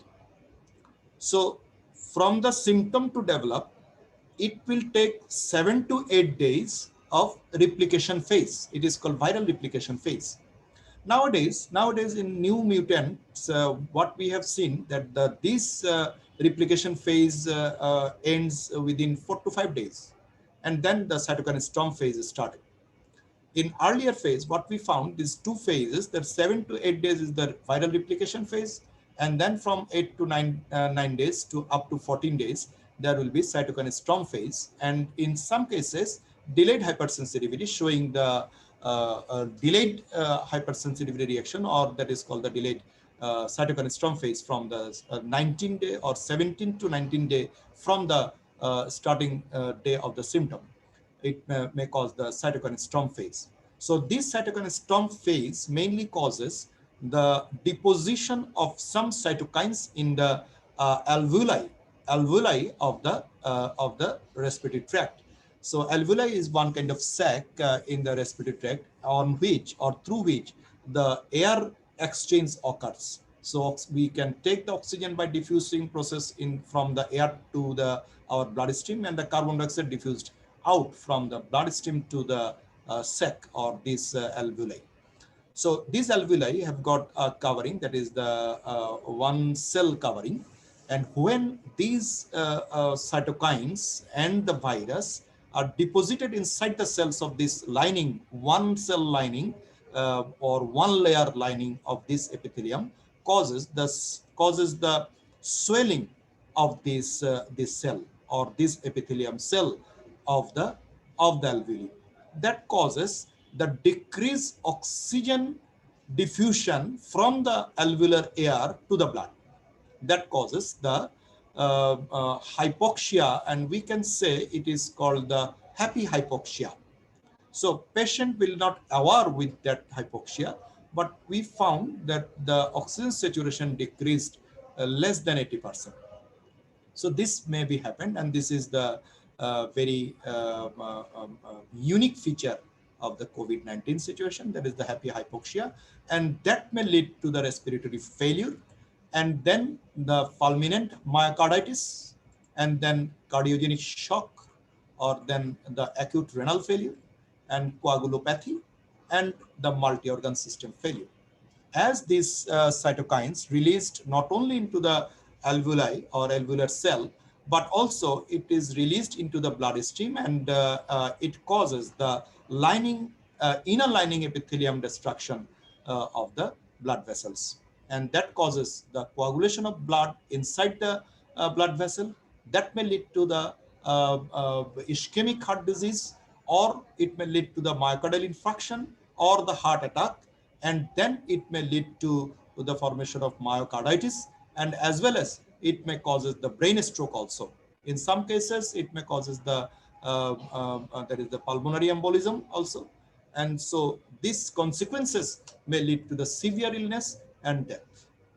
So this is the main devastating effect of this COVID-19. And this, in some cases, what we have found, this is not still now not known by the scientists, that why some of the people are showing more vigorous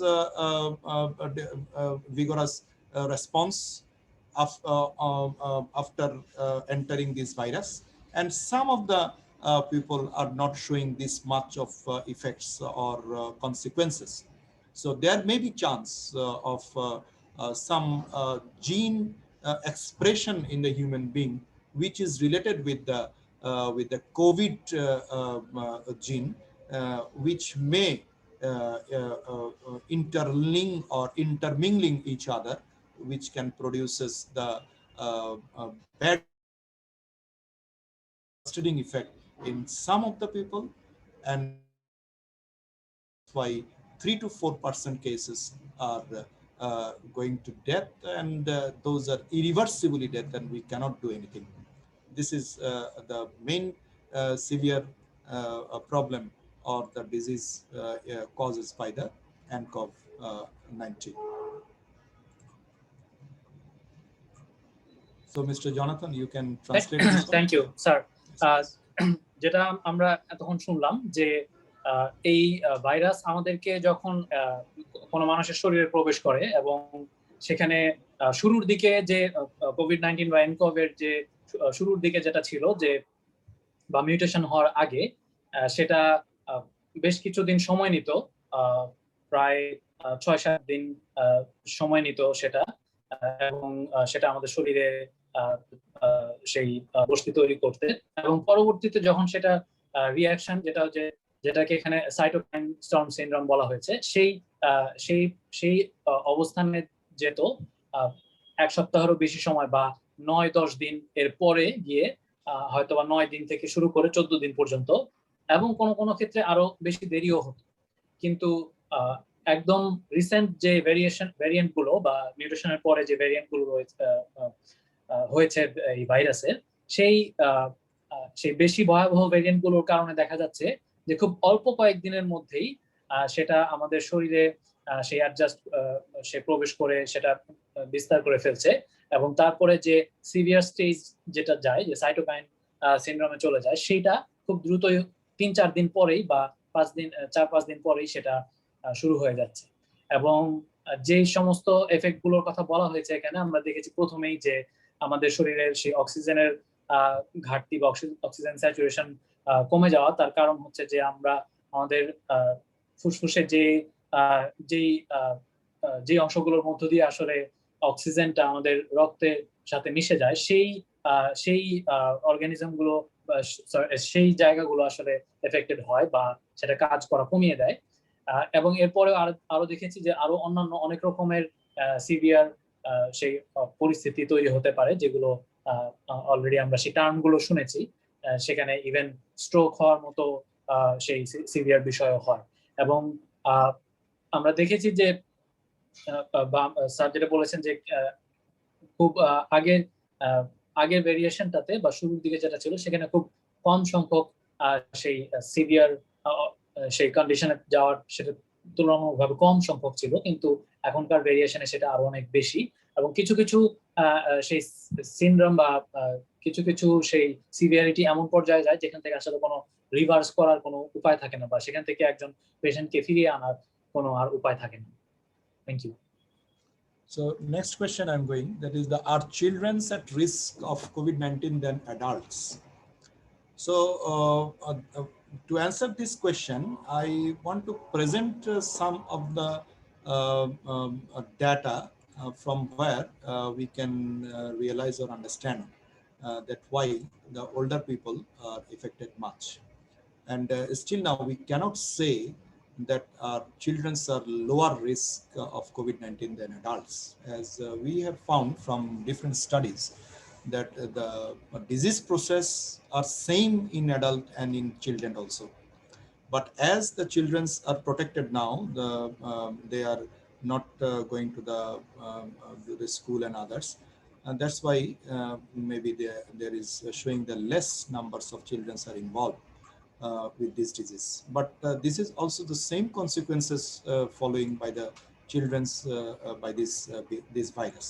So we can say that the compared to adult, less severe illness. We can say only this line, that is the less severe illness can be developed in case of children than the compared to the adult. So far, the suggested that children under age of 18 years represent about 8.5% of reported cases, with relatively few deaths compared to other age groups, and usually mild disease. However, cases of critical illness have been reported. As with adults, pre-existing medical conditions have been suggested as a risk factor for severe disease and intensive care admission in the children also.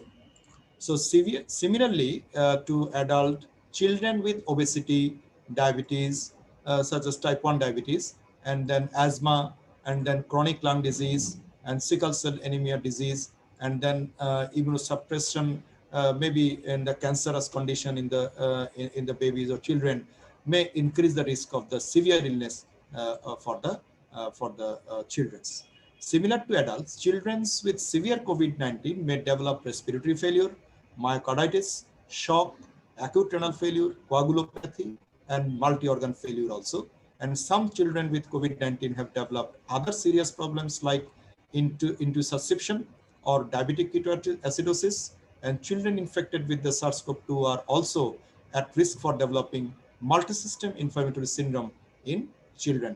So we cannot ignore that, or we cannot say that only the adults are in risk, but also the children also are in risk. And as well as we can see during the pregnancy and the breastfeeding condition, and the CDC also suggested the mother to keep precautions to prevent transmission of virus from the mother to the baby during the breastfeeding and during the pregnancy. As well as it is studied that the breastfeed or breast milk also can transmit this virus to the mother to the baby.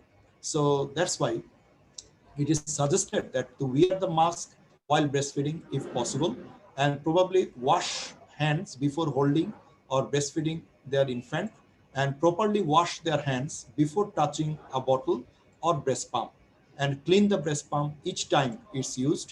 And they should also consider having someone who is not sick use expressed breast milk to feed the infant. Usually this need to follow by the COVID infected mother during the breastfeeding. So this is the answer of this question. And before going to next, yes, G please. জি, এই প্রশ্নটা ছিল যে শিশুদের ক্ষেত্রে বড়দের তুলনায় শিশুদের ক্ষেত্রে ইনফেক্টেড হওয়ার সম্ভাবনা কি রকম। সো স্যার যেটা বলেছেন যে এখনো পর্যন্ত সায়েন্টিস্টরা এমন কোনো বিষয় বা এমন কোনো তথ্য দেননি যে শিশুদের মধ্যে বা অল্প বয়স্কদের মধ্যে বয়স্কদের চাইতে তুলনামূলকভাবে কম তারা ইনফেক্টেড হবেন বা সংক্রমণ কম হবে, এমন কোনো তথ্য সায়েন্টিস্টরা দেননি। তবে এ পর্যন্ত যে বিষয় যেটা দেখা গিয়েছে সেখান থেকে এটা বোঝা যায় যে শিশুদের মধ্যে সেই ইলনেসের যে সিভিয়ারনেস, অর্থাৎ অসুস্থ হলে সেটার যে সেই জটিলতার মাত্রা সেটা তুলনামূলকভাবে কম থাকে। অর্থাৎ হয়তোবা শিশুদের মধ্যে সেই প্রতিরোধ ক্ষমতাটা তুলনামূলকভাবে বেশি থাকে। কেননা বয়স্কদের মধ্যে বিশেষ করে যাদের কোনো ক্রিটিক্যাল কন্ডিশন বা প্রি এক্সিস্টিং কন্ডিশন, অর্থাৎ আগে থেকেই কোনো রকমের অসুস্থতা ছিল বা আছে, তাদের মধ্যে কিন্তু সিভিয়ারিটি বেশি দেখা গিয়েছে বয়স্কদের মধ্যে। সো একইভাবে দেখা গিয়েছে যে 18 বয়স এবং তার নিচে যে পপুলেশন, এদের মধ্যে টোটাল যে সমগ্র পপুলেশন থেকে যে পরিমাণ রিপোর্টেড কেস, অর্থাৎ যে পরিমাণ কোভিড পজিটিভ হয়েছে, তার মধ্যে 8.5% হচ্ছে 18 বছর বয়সের নিচে। তো এটাও একটা তথ্য। এবং আরো যেটা জানা গিয়েছে যে বয়স্কদের ক্ষেত্রে যেহেতু অন্যান্য শারীরিক সমস্যার কারণে তাদের সিভিয়ারিটিটা বেশি হয়, কিন্তু এই একই বিষয়টা শিশুদের ক্ষেত্রে হতে পারে যদি শিশুদের মধ্যেও কোনো এক্সিস্টিং কোনো অসুস্থতা থাকে। হতে পারে যে তাদের ওজন অনেক বেশি, কিংবা যদি শিশুদের মধ্যে টাইপ 1 ডায়াবেটিস থাকে বা অ্যাজমা এবং অন্যান্য কোনো ক্রনিক সেই লাং ডিজিজ বা ফুসফুসের ডিজিজ থাকে, এবং কোনো সেই ক্যান্সারাস বা ওইরকম কোনো অসুস্থতা থাকে, সেই ক্ষেত্রে ওই সমস্ত শিশুদের বা অল্প বয়স্ক মানুষদের ক্ষেত্রেও সিভিয়ারিটিটা অনেক বেশি হয়ে উঠতে পারে। এবং শিশুদের ক্ষেত্রেও দেখা গেছে যে তারা সেই শ্বাস প্রশ্বাসে তাদেরও সমস্যা তৈরি হতে পারে, এবং অন্যান্য যে সমস্যাগুলো বড়দের হয় সেটাও শিশুদের ক্ষেত্রেও হতে পারে যদি তাদের মধ্যে সেই প্রতিরোধ ক্ষমতা কম থাকে বা অন্যান্য অসুস্থতা থাকে। So the next question, why are older people at significant risk of COVID-19? It is a very difficult to answer of this question. Just I can show some data, but specifically we cannot say why significantly older people are in risk, or why the death occurs higher in case of older people. The question is still now under evaluation. So we can say, such as the study elderly most at risk from the coronavirus, it is studied in the China. What is found, more than 80 years old people, 14.8% elderly people died, the fatality rate. And 70 to 79 age, that is a 8% fatality rate. 60 to 69, 3.6%. 50 to 59, 1.3%, and then gradually decreased. So we are observing that more than higher than 60 years old, the death rate is higher. And then here we can say in Bangladesh, cases deaths in 29 up to 29 June in Bangladesh. This is the case report and the case infection rate, and this is the death rate. The infection rate in case of in Bangladesh, this is the female part and this is the male part. So female are less infected and the male are highly infected, and the 31 to 40 age people are higher in infection rate. Infection rate is higher in middle-aged people and the infection rate is low in above than 60 years old people. But unfortunately, the death rate is higher in above than the 60 years old, or above than the 60 years old. The death rate is high. Infection rate is high in middle age, but the death rate is low. But the death rate is high in case of more than 60 years old.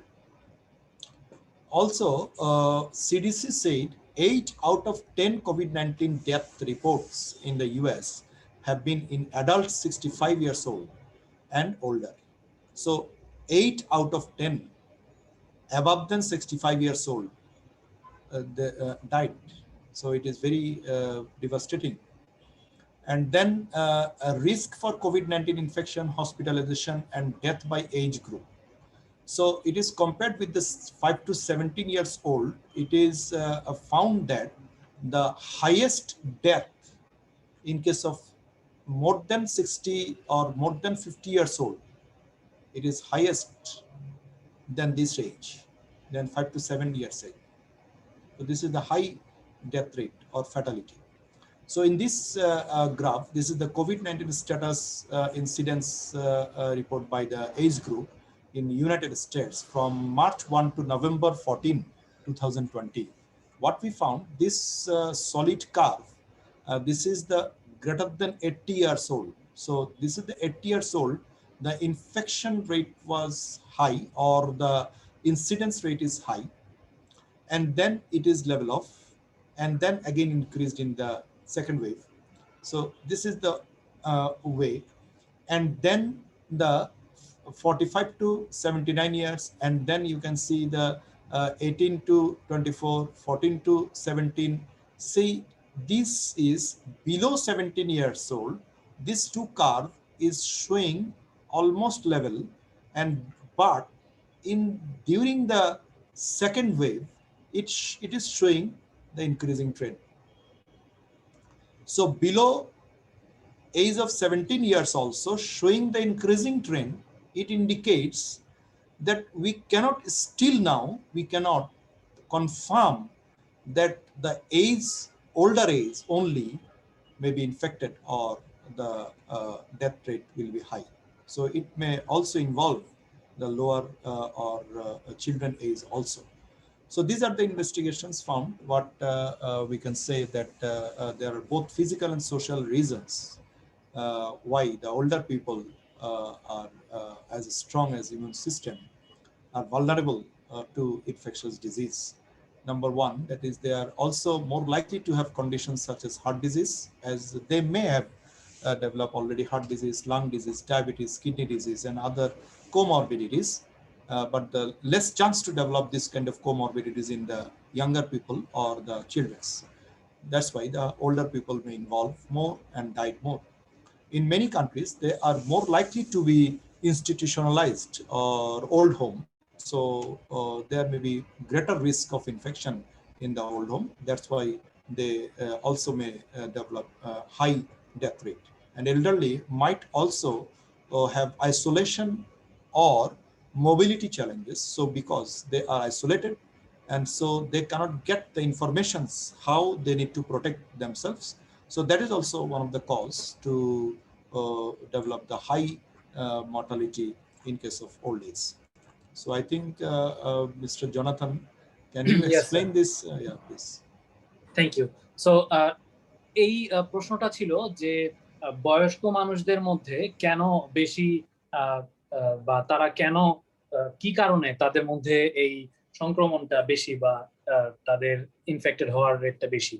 এবং sir যেটা বলেছেন যে আসলে আমরা তথ্য উপাত্তগুলো দেখতে পাচ্ছি, কিন্তু নির্দিষ্ট করে বলা যাচ্ছে না, বা একদম স্পেসিফিক্যালি বলা যাচ্ছে না সেই এখনো এটার সেই কারণটা আবিষ্কার হয়নি বা বোঝা যায়নি যে কি কারণ, এটার উত্তরটা কি।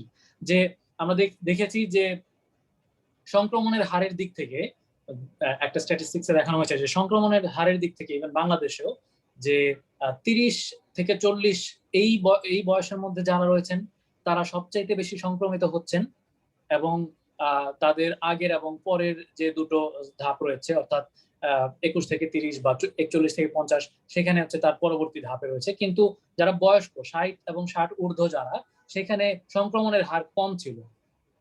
কিন্তু তার পাশেই যে মৃত্যুর হার যেখানে আমরা দেখছি, সেখানে আমরা দেখছি ঠিক উল্টো চিত্র, অর্থাৎ সেখানে দেখা যাচ্ছে যে 30 বা 40, 50 এর মধ্যে যারা রয়েছেন তাদের মধ্যে সংক্রমণের হার মৃত্যুর হার কম, কিন্তু যারা 60 ঊর্ধ্ব, ইভেন 51 থেকে দেখছি বা 60-70 যে রেঞ্জটা, সেই রেঞ্জে সবচাইতে বেশি সংখ্যক মৃত্যু দেখা গিয়েছে। আবার আরেকটা ইন্টারেস্টিং তথ্য দেখা গিয়েছে, যেটা ইউএস থেকে যে তথ্যটা দেখানো হয়েছে, যে সেখানে প্রথম দিকে বা প্রথম যে ঢেউ ছিল, সেখানে বেশি বয়স যাদের, তাদের মধ্যে সেই সংক্রমণের হারটা অনেক বেশি। এখানে আমরা যে দেখেছি যে রেখাটা সলিড, এবং সেখানে আসলে 80-র উপরে যাদের বয়স, সেখানে দেখানো হচ্ছে যে তারা প্রথম ঢেউয়ে তারা সবচেয়ে বেশি সংক্রমিত হয়েছিল। আর বয়স কম যাদের, অর্থাৎ 14 থেকে 17 বা 18 থেকে 24, সেই ডটগুলো বা রেখাগুলো নিচের দিকে, এবং তার মানে তাদের মধ্যে খুব কম সংক্রমণ ছিল। কিন্তু পরবর্তীতে এসে সেই দ্বিতীয় ঢেউ বা তার পরবর্তী সময়টা, যে অক্টোবর-নভেম্বরের সময় এসে দেখা যাচ্ছে যে ওই বয়সে, অর্থাৎ কম বয়সের মানুষদের মধ্যেও সংক্রমণটা আস্তে আস্তে বাড়া শুরু করে। সো এই জন্য এখনো পর্যন্ত এই সমস্ত কিছুর ব্যাপারে একদম সঠিক সেই বিজ্ঞানসম্মত একদম উত্তরগুলো আসেনি, কিন্তু আমরা তথ্যপত্র দেখছি, এবং যে কারণগুলো অনুমান করা যেতে পারে, যেটা আমরা মোটামুটি বুঝতে পারি, যে বয়স্ক মানুষদের ক্ষেত্রে যেটা হয় যে তাদের রোগ প্রতিরোধ ক্ষমতা বা ইমিউন সিস্টেম ইতিমধ্যেই যুবক যুবতী বা যারা কম বয়সী তাদের চাইতে একটু দুর্বল থাকেন তারা, এবং তাদের মধ্যে সংক্রমণের ব্যাপারে তাদের মধ্যে একটা সেই ভালনারেবিলিটি থাকে। আরেকটা যে বিষয় আমরা জানি, যে বেশিরভাগ ক্ষেত্রেই আমরা জানি যে যারা বয়স্কদের মধ্যে অনেকেই আছেন, বা বয়স্কদের একটা বড় অংশই রয়েছেন যারা অন্য কোনো একটা ডিজিজ তাদের মধ্যে ডেভেলপ করেছে, হয়তোবা সেটা লাং ডিজিজ, বা হয়তো হতে পারে সেটা হার্ট ডিজিজ বা কিডনি ডিজিজ, ডায়াবেটিস, বা অন্য যে কোনো কারণে তাদের শরীরের মধ্যে দুর্বলতা তৈরি হয়েছে। তো এই যে বয়স্ক মানুষদের মধ্যে অন্যান্য অসুখ এর উপস্থিতি, সেটাও কিন্তু তাদেরকে আরো বেশি দুর্বল বা প্রণ করে দিচ্ছে, যে এই ইনফেকশনের পরবর্তীতে সে মৃত্যুর হারও সেখানে বাড়িয়ে দিচ্ছে। এবং অনেক দেশ, সেই বিশেষ করে উন্নত দেশগুলোতে, যেহেতু বয়স্কদের জন্য, বিশেষ করে যারা একটু বেশি বয়স্ক, বৃদ্ধদের জন্য সেই বৃদ্ধাশ্রম বা ওল্ড হোম সেখানে, বা নার্সিং হোম সেখানে তারা থাকছেন, এবং সেখানে দেখা যায় যে অনেক বয়স্ক লোকেরা তারা এক জায়গায় থাকছেন। তো ওই যে ক্রাউডের একটা সিচুয়েশন, সেটাও কিন্তু তাদের জন্য একটা রিস্ক। আর আরেকটা হচ্ছে যে যখন তাদেরকে আইসোলেশনে থাকতে হয়, যখন বয়স্ক কাউকে আইসোলেশনে থাকতে হয়, সেখানে দেখা যায় যে তাদের চলাফেরার সমস্যা, তাদেরকে কাউকে না কাউকে তাদেরকে নার্সিং করতে হয় বা হেল্প করতে হয়। আবার আইসোলেশনে থাকলে তারা অনেক কিছু জানতে বা বুঝতে পারে না যে কিভাবে তাদের নিজেদের টেক কেয়ার করতে হবে। সো এরকম অনেক কারণে তারা আসলে অনেক বেশি ভালনারেবল অবস্থায় থাকে, যে কারণে আসলে বয়স্কদের মধ্যে সংক্রমণ এবং সংক্রমিত বয়স্কদের মধ্যে মৃত্যুর হার অনেক বেশি। ধন্যবাদ। So the next question, what is the main source of COVID-19 transmission? The main source of COVID-19 transmission, that is the contact and droplet transmission. So droplet transmission, what we can say, that is the droplets when you are talking, there are some macro droplets and some micro droplets released from your mouth. When you are talking, when you are coughing, these macro and micro droplets will release, and it may go to around 6 feet from your body, and that may infect to other person, and contact with this type of micro and macro droplets may infect your other person. But the thing is, next one, airborne transmission, it is the questioning, and nowadays also it is a highly talking, or in different sectors, we are thinking that maybe this virus is converted into airborne transmission. What we have found, one of the study, that in a closed room, when a person is talking or sneezing or coughing, that person will produce some of the micro droplets. And a study found that in the closed room, that micro droplets can stay in the air of that room for at least 20 minutes. So it can infect a person, whoever in that closed room, that may infect that person. So it may suggest in one study that this virus is one kind of airborne transmission for some extent when it transmits by the micro droplets, which can stay at least 20 minutes in the air in a closed room. So it also, we cannot neglect the airborne transmission of the N95. And then fomite transmission. So when it fall down onto a surface, mainly onto the table, onto the chair, onto the doorknobs, and onto the keyboard, onto the monitors and others.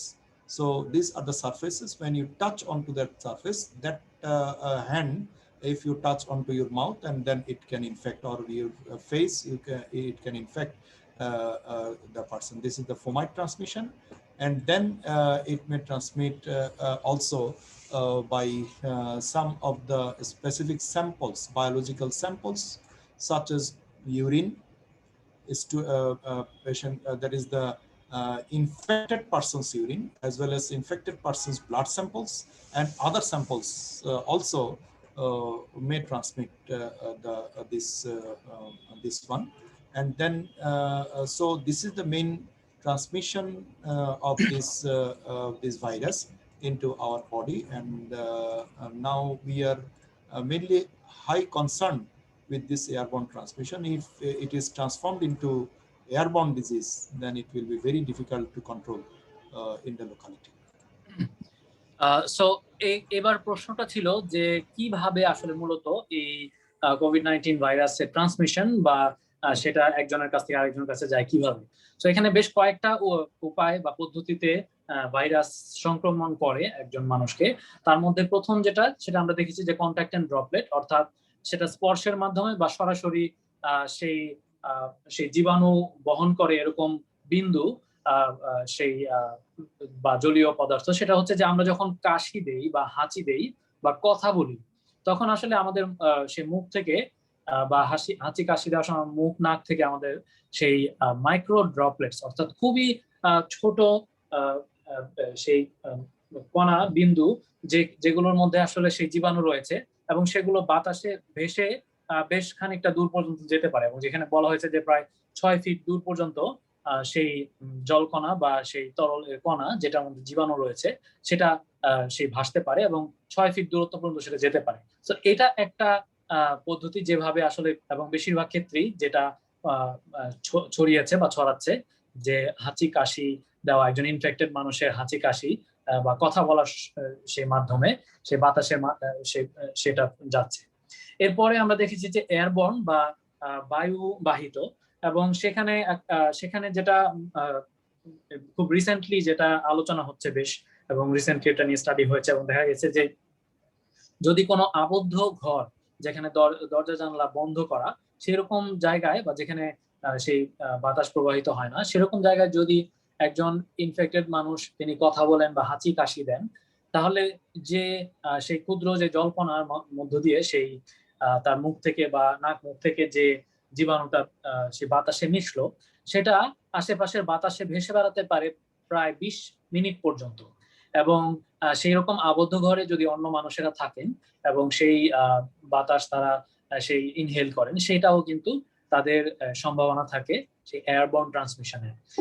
এরপরে ফরমাইট ট্রান্সমিশনের কথা বলা হয়েছে, যেটা হচ্ছে যে যখন আমরা একজন ইনফেক্টেড মানুষ কথা বলছেন বা হাঁচি দিচ্ছেন, তার নাক মুখ থেকে যে সে ক্ষুদ্র সেই জলকণা বা তার মধ্যে যে জীবাণুটা সে ছড়িয়ে পড়লো, হয়তোবা সামনে কোনো টেবিলে বা যে কোনো জিনিসের মধ্যে, দরজার হাতলে বা যে কোনো এরকম বিষয় যা কিছু তার আশেপাশে বা সামনে রয়েছে, সেই জিনিসটার ওপর গিয়ে সেই জীবাণু সেই সেই জলকণা সেটা সেখানে গিয়ে পড়লো এবং সেখানে থাকলো।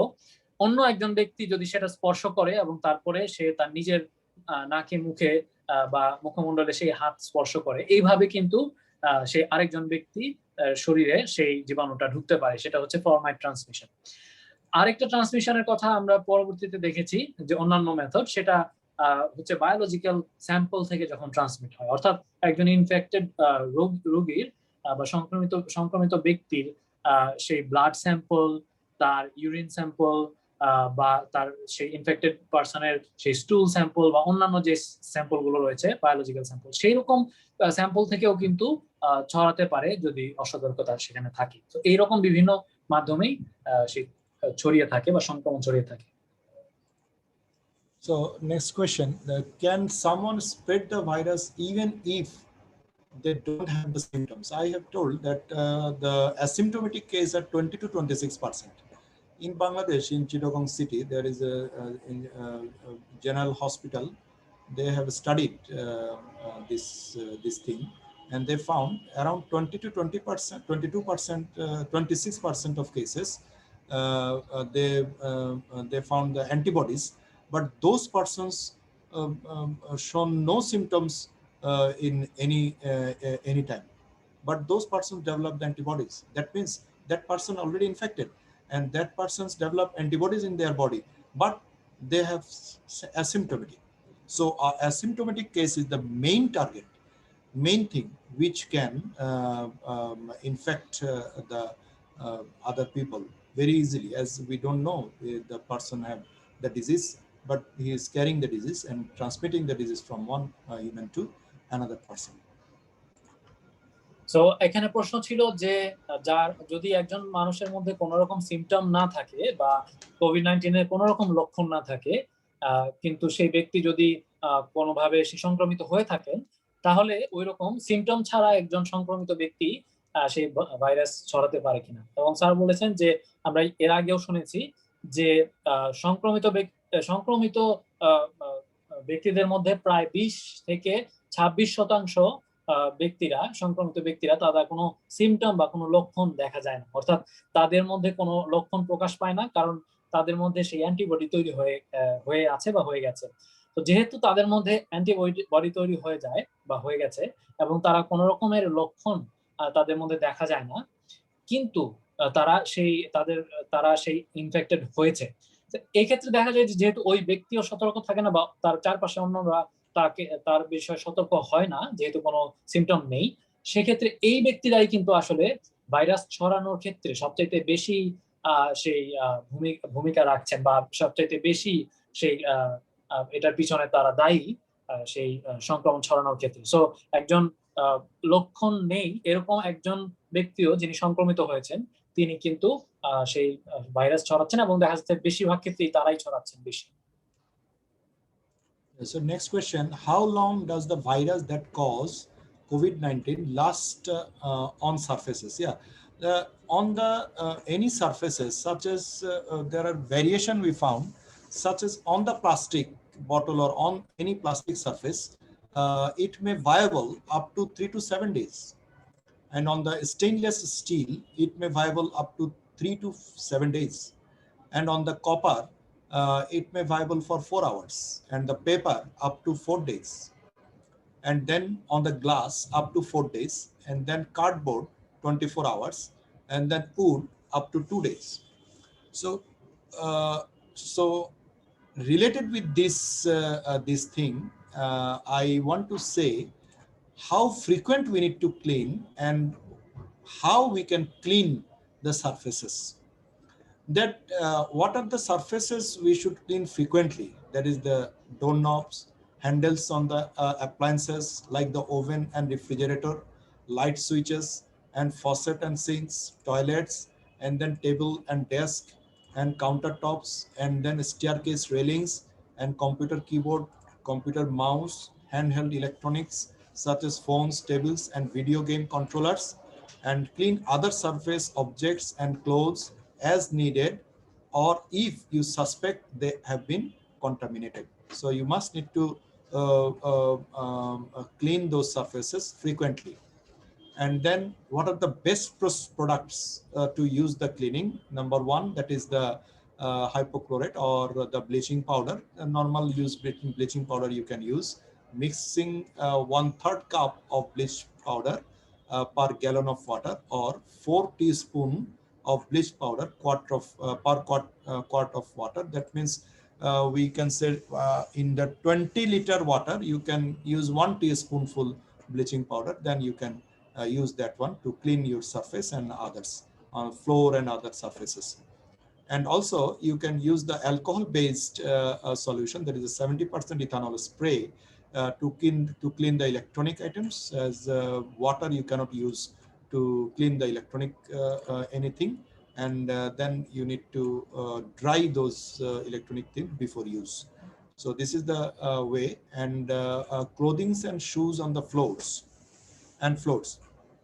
For clothing and shoes, also tested in the Lancet article, it was found that viable virus could not be recovered from clothes after 2 days. So 2 days is the point. Your clothes and shoes may infected and may remain on there for 2 days. And can the coronavirus survive on food? That also we can say, that is the on food or food products or any packaging, it can survive poorly. But even though, however, you need to careful with while handling the food packaging, and also that could be contaminated.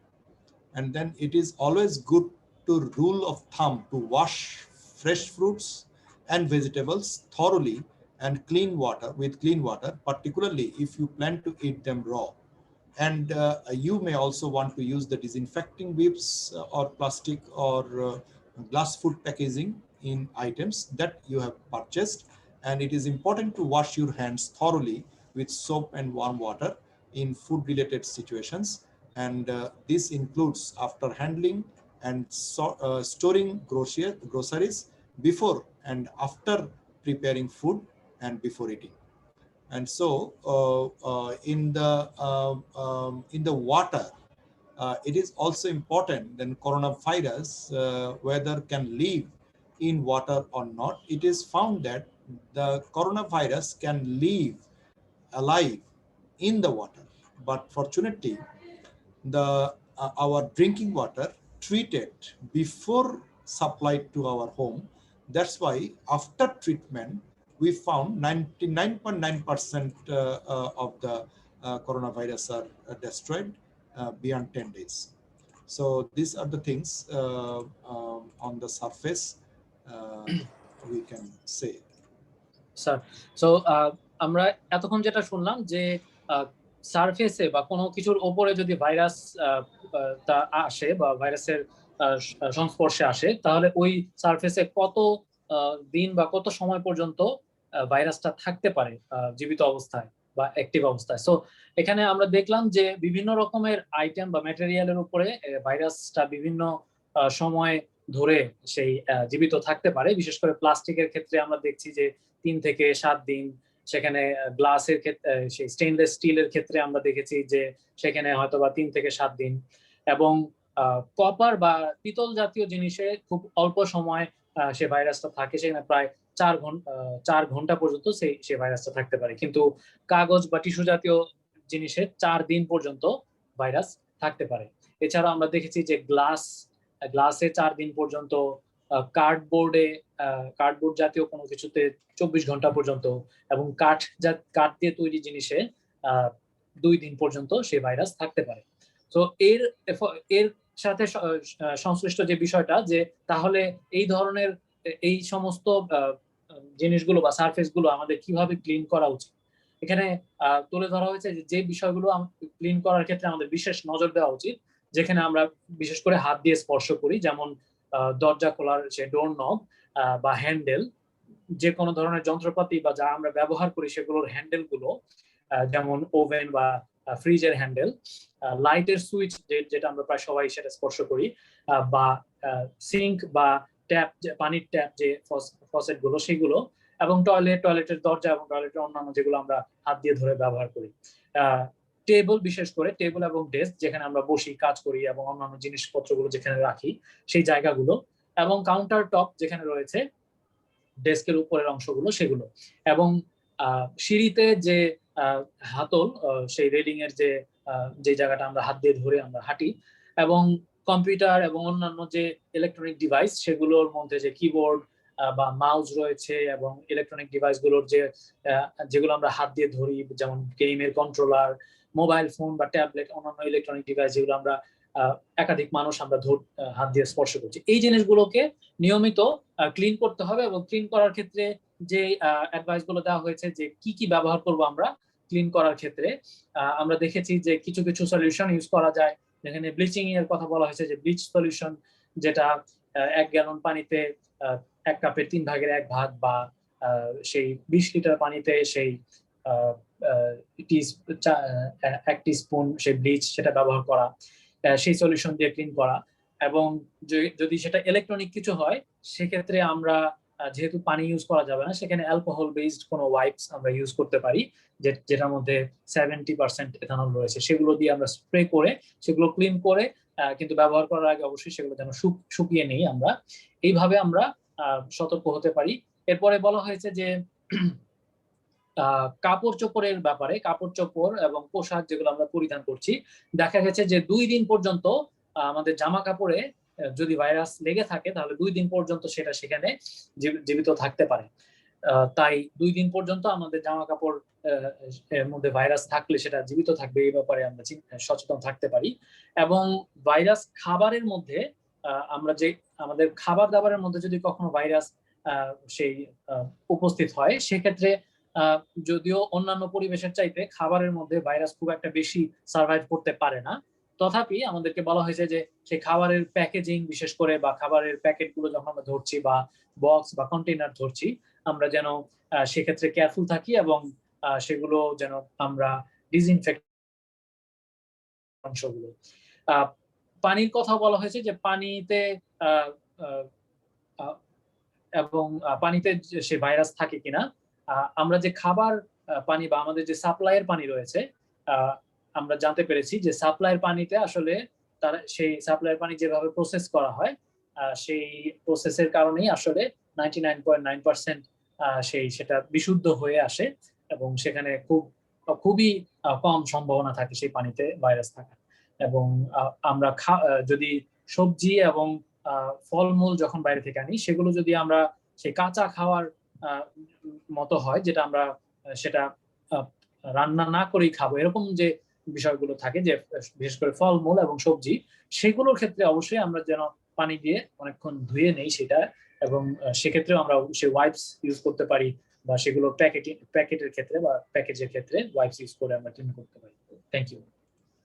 So can mask prevent the transmission of COVID-19? So the answer is yes, must be. But the use of mask, you must need to know that mask should be used as part of comprehensive strategy of measures to suppress transmission and save lives, we can say. And the use of mask alone is not sufficient to provide an adequate level of the protection against the COVID-19. Wearing a mask does not mean you can have close contact with the people. Sorry. For indoor public settings such as the busy shopping centers, religious buildings, and the restaurants, schools, and public transport, you should wear a mask if you cannot maintain physical distance from others. But the thing is, the risk of infection, when without mask, it is 90% risk. One using the mask, other not using the mask, so risk is 30%. Same thing, if infected person using the mask and others not using, so there is a 5% risk. And if both using the mask and one is infected, then 1.5% risk. And if they maintain the distance 6 feet and using the mask, then 0% risk. So not only mask, if you both use, there may be chance still now 1.5% mask. So types of mask also important. You can say that is the recommended. You see the medical procedures mask need to be used, and masks that do not fit properly, it is not recommended. mask that fit properly, that is recommended, and mask made from materials that are hard to breathe, that is not recommended. And mask made with breathable fabric such as cotton, that is also recommended. And mask made from the fabric that is loosely woven or knitted, such as fabrics that let light passes through it, not recommended. Mask made with tightly woven fabric, that is recommended, but mask with one layer is not recommended. Also, mask with 2 or 3 layers is recommended. Mask with exhalation valves is not recommended. There is exhalation valve. So with exhalation valve, it is not recommended by CDC actually. The mask with inner filter pockets is recommended. And wearing a scarf is not recommended for as a mask. So you need to see the steps of wearing a mask. You must need to wash your hand and then wear the mask, and then touch upper and lower part to extend it, and then you can wear the mask. And then during the removing your mask, you do not touch, or you cannot touch in front of the mask and inside the mask. You just need to touch the air part of that air loops of the mask, and then remove that one. And after removing, you should discard this in a dustbin or in a bin which is protected. And then this is the position of the mask you need to wear, such as below the nose, it is not recommended. Above the chin, it is not recommended. So this is the perfect way to wear the mask.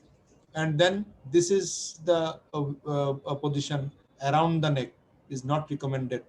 On your forehead, this is the forehead mask, not recommended. And under your nose, not recommended. Only on the nose, not recommended. On your chin, not recommended. And the dangling from your ear, it is not recommended. And on your arm, it is not recommended. And then to wash, as because washing hand is important to wear the mask also. The type of mask, actually what we found, that the 3-layered surgical mask and the N95 mask is the choice of mask by the CDC, which can protect you 95% of the infection or from the infection. So you can see the 3-layered mask you can use. That 3-layer mask, that is actually surgical mask you can use, and that surgical mask should be one-time use.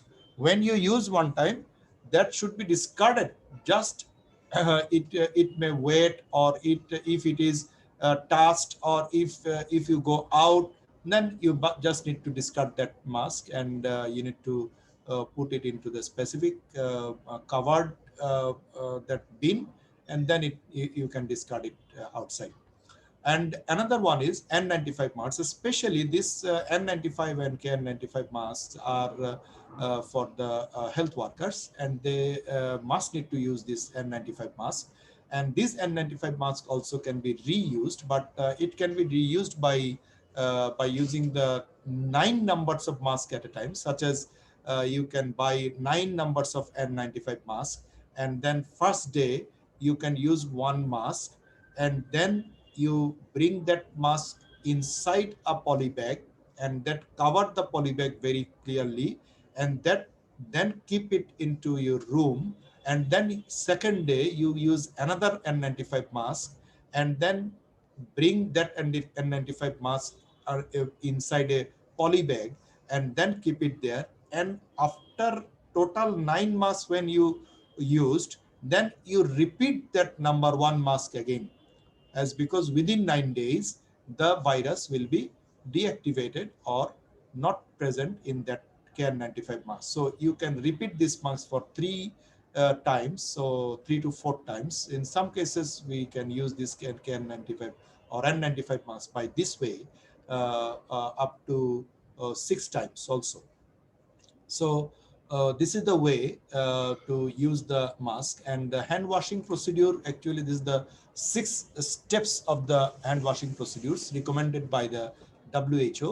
That is hand rub, palm to palm, and then palm over the left dorsum, and then on vice versa right dorsum, and then palm to palm with fingers interlaced inside, and then the back of fingers to oppose palms with fingers interlocked like this way, and then you need to rub your both thumbs, and then you need to put your tip of the fingers onto the palm in both hands, and then all the steps, if you complete, it takes around 20 to 30 seconds, and that is enough to wash your hand.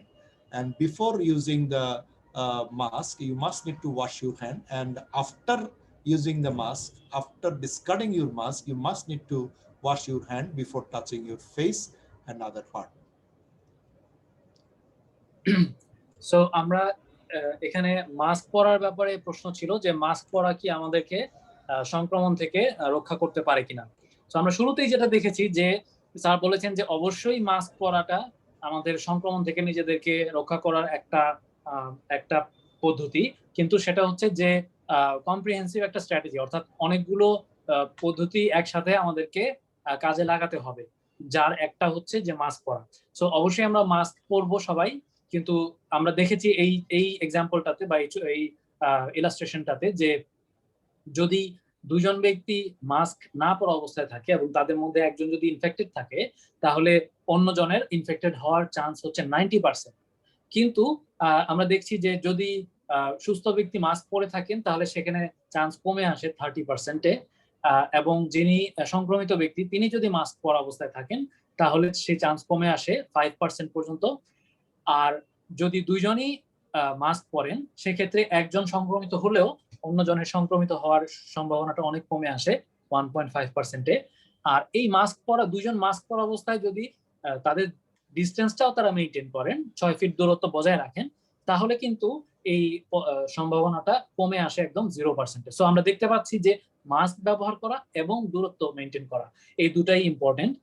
আমরা দেখেছি মাস্কের বিভিন্ন রকমের ধরন, বিভিন্ন টাইপের mask, এবং CDC রেকমেন্ডেশনে 3 layer mask, যেটা যে মাস্কের মধ্যে 3টা লেয়ার রয়েছে, এবং যে মাস্ক N95 মাস্ক যেগুলো আমরা জানি, এই 2 ধরনের মাস্ককে সিডিসি রেকমেন্ড করেছে যে তারা এটাকে এফেক্টিভ মনে করে সেই প্রিভেনশনের ক্ষেত্রে। এবং মাস্ক পরার ব্যাপারেও যে কিছু সঠিক পদ্ধতি দেখানো হয়েছে ছবিতে, যে আমরা কিভাবে মাস্ক পরবো এবং কিভাবে মাস্ক পরবো না, বা কিভাবে পরাটা ভুল। সো সঠিক পদ্ধতি যে আমরা মাস্ক পরি, প্রথমত আমরা হাত ধুয়ে নিব, মাস্কটা ধরার আগে হাত ধুয়ে নিয়ে তারপরে আমরা মাস্ক ধরবো, এবং কেবলমাত্র যে ইয়ার লুপ বা যেখানে আমরা কানে যে অংশটা ঝুলাই সেটা ধরে আমরা মাস্কটা পরবো। মাস্কের উপরের এবং নিচের অংশটা ধরে আমরা টেনে আমরা আমাদের পুরো ফেসটা কভার করব, কিন্তু মাস্কের সামনের অংশটা যেন আমরা হাত দিয়ে না ধরি। এটা হচ্ছে মাস্ক পরার পদ্ধতি। আরেকটা কথা বলা হয়েছে যে সার্জিক্যাল মাস্ক যেগুলো, সেগুলো আসলে ওয়ান টাইম ইউজ, অর্থাৎ ওই মাস্কটা একবার ব্যবহার করার পরে বা ওই মাস্কটার পরে আমরা বাইরে গেলে বা ওই মাস্কটা ভিজলে বা সেটা ব্যবহার করার পরে যেন আমরা সেটাকে ডিসকার্ড করে দেই। এবং মাস্ক আমরা এইভাবে সেই গলায় ঝুলিয়ে রাখবো না বা কপালের কাছে তুলে রাখবো না, বা মাস্ক পরেছি কিন্তু কেবল মুখটা ঢেকেছে, নাকটা খোলা আছে, বাইরে আছে, সেরকম না, কিংবা কেবলমাত্র নাক ঢেকেছি কিন্তু মুখ খোলা আছে, এরকম ভাবেও পরবো না। আমাদের থুতনিতে বা কান থেকে ঝুলছে বা মাস্কটা খুলে হাতে ঝুলিয়ে রাখলাম, এই কাজগুলো যেন আমরা না করি, সেটা অনেক আমাদের জন্য নিরাপদ নয়। এবং এই মাস্কগুলো যখন আমরা ডিসকার্ড করে ফেলি, আমরা একবার ব্যবহার করার মাস্কগুলো, এখানে দেখানো হয়েছে হাত ধোয়ার ব্যাপারে। আমরা হাত যখন ধুই আমাদের কিছু সেই সঠিক সেই স্টেপ গুলো ফলো করতে হয়। তার মধ্যে এখানে 6টা স্টেপ দেখানো হয়েছে, যেটা হচ্ছে যে এক হাতের উপর আরেক হাতে সাবান নিয়ে, প্রথমে আমরা সাধারণত সবাই এটা আমরা করে থাকি, হাতে সাবান নিয়ে আমরা এক হাতের তালু দিয়ে আরেক হাতের তালুকে ঘষি। দ্বিতীয়ত যেটা হচ্ছে যে এক হাতের পৃষ্ঠটা আরেক হাতের তালু দিয়ে ঘষবো, এবং সেটা 2 হাতের ক্ষেত্রেই করবো, অর্থাৎ একবার ডান হাতের পৃষ্ঠটা আমরা বাম হাতের তালু দিয়ে ঘষবো, আবার বাম হাতের পৃষ্ঠটা আমরা ডান হাতের তালু দিয়ে ঘষবো। এরপরে আবার আমরা এক হাতের তালুতে আরেক হাতের তালু রেখে আঙুলগুলোর মধ্যে সেই ইন্টারলেস করে, অর্থাৎ আঙুলগুলোর ফাঁকে আঙুল দিয়ে আমরা ঘষবো। এরপরে আমরা সেই হাত দুটোকে মুঠো করে কিন্তু আঙুলের মধ্যে আঙুল গুলো রেখে যে আমরা সেই আঙুলের ভেতরের অংশটা আমরা ঘষবো এক হাত দিয়ে আরেক হাতে। এরপরে আমরা বৃদ্ধাঙ্গুলিটাকে অন্য হাতের তালুর মাঝখানে নিয়ে আমরা ঘুরিয়ে ঘুরিয়ে ঘষবো, এবং তারপরে এক হাতের আঙুলগুলোকে একসাথে করে সেই আঙুলের যে আমরা ফিঙ্গার টিপ যেটাকে বলি, আঙুলের সেই অগ্রভাগটা আরেক হাতের তালুতে ঘষবো, এবং সেটা আবার দ্বিতীয় হাতের ক্ষেত্রেও তাই করবো, অর্থাৎ দুইটা হাতের ক্ষেত্রে এটা করবো ঘুরিয়ে ঘুরিয়ে। এইভাবে আমরা আসলে হাত ধুবো, এটা হচ্ছে সঠিক পদ্ধতি। Thank you. So another question, do COVID-19 and tuberculosis spread in the same way? No, not the same way. You need to remember that one, that the tuberculosis is a disease caused by Mycobacterium tuberculosis is a bacteria. And we know the bacteria composed of mainly double-strand single DNA, not the RNA. So it is composed of DNA molecule, and that Mycobacterium tuberculosis, the infection rate of the Mycobacterium tuberculosis is less than the COVID-19. And even the Mycobacterium tuberculosis, to prevent the tuberculosis, we have the established vaccine, BCG vaccine, and as well as we have the established treatment procedure for the tuberculosis to treat. And even though in the world, the rate of death due to tuberculosis is still now higher than COVID-19, but even though as it causes no epidemic or pandemic nowadays, that's why the case detection and treatment is the primary thing for the tuberculosis, not other thing. But the COVID-19 is a different, as it is a RNA virus, and it has got several variants, and it has the higher mutation rate, and so it may causes the pandemic, and even the second wave, third wave, fourth wave, fifth wave may produce with its different variants also. So it is more devastating than the tuberculosis. As a whole, we can say in case of tuberculosis, the pathogen is the Mycobacterium tuberculosis, COVID-19 is the SARS-CoV-2, and the spreading is the same way, that is the droplet nuclei, and here it is the droplet and as well as the contaminated surface. But in case of tuberculosis, there is no chance to transmit by the contaminated from the contaminated surface. And in case of COVID, it is person to person droplet, and nowadays we are saying that it may infect from airborne also, as in Lancet one report is published. It is suggested that it also may transmit by air also. So how it is diagnosed? So it is tuberculosis may diagnosed by its sputum. That is we can say that is the staining, AFB staining, and also from the Montus test, that is the immunocompatibility test, and other samples we can do the culture from the culture of the sputum. We can diagnose the tuberculosis, as well as some of the clinical findings also is important to diagnose the tuberculosis. And the COVID-19 nasal and oropharyngeal swab for the sputum or sputum test for the RT-PCR. And also we know nowadays we have got the antigen antibody test also for the COVID-19 we can diagnose. And then infectiousness range from less than 1 to up to 4 people infected per 1 person with TB. And currently average 2 to 4 people infected per 1 person with COVID-19, but now it is increased to 10 people from 1 in case of COVID. And then tuberculosis prevention. The prevention of tuberculosis includes the people with TB and other risk populations, such as the people living with the HIV, appropriate TB treatment of the people, and TB of the good airborne infection control and prevention measures. And we found that most of the death case of tuberculosis is due to the HIV infected person. And that's why still now TB or tuberculosis is the higher rate of death than the COVID. But the social distancing is the prevention, and also the covering of the cough etiquette and the frequent hand washing with the soap and wearing mask, particularly if experiencing symptoms of the take care of the patient and symptoms, and identification of the patient and isolation of the patient, treatment of the patient also is one kind of prevention of the COVID-19.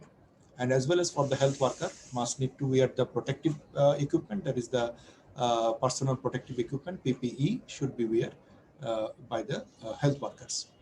And then symptoms in case of tuberculosis, symptoms almost low grade fever, evening fever, and weight loss, then night sweating, and infection in the lung, infection in any other extrapulmonary tuberculosis may produces other symptoms in other parts of the body also. So gland TB and other different parts, brain TB, intestinal TB, and different bone TB. There are so many types of tuberculosis can happen in every parts of the body. And so these are the that according to that the symptoms may develop. And in case of COVID, the symptoms mainly related with the respiratory symptoms mainly. In some cases, sometimes we found some of the intestinal disturbance, such as the diarrhea and other problems, and mainly the body ache, sore throat, coughing, fever, and loss of smell and taste sensation, and sometimes difficulty in breathing. So these are the symptoms, and most of the cases in the asymptomatic case and mild disease may produce by the 80% of the people, and moderate case is the 15%. Severe illness may develop in 5% cases, which may need hospitalization. And the treatment tuberculosis, there is a established treatment protocol is there, 6-month protocol, and then 9-month protocol is there for the specific treatment, and as well as it has got the vaccine. There is the BCG vaccine established, and when it is established that after taking BCG vaccine, it is very, very rare to develop the tuberculosis, even there if there is no immunosuppressive condition or HIV and other immunosuppressive condition, then it may develop the tuberculosis if the BCG vaccine is given also. And in case of COVID-19, the specific treatment against this virus is still now not established. We are treating these cases by symptomatically, and also by using the antibiotics to prevent the secondary infections and treatment of the comorbidities and others. This is the COVID-19 treatment. And the vaccines, there is no established vaccine still now, we can say, which can prevent this COVID-19 specifically. It is now still now under experimental condition. So, however, the TB is not only the preventable but treatable also, and the global success rate reported by the WHO for those who started TB treatment in 2018 was 85%. So the 100% successful rate not established, achieved still now. And what we found also, the drug-resistant TB also we have now case reported in the world. And so even though the treatment for the drug-resistant TB also available nowadays, there is a DOT therapy. So it is treatable disease, we can say, but COVID-19 still now is not treatable for severe case.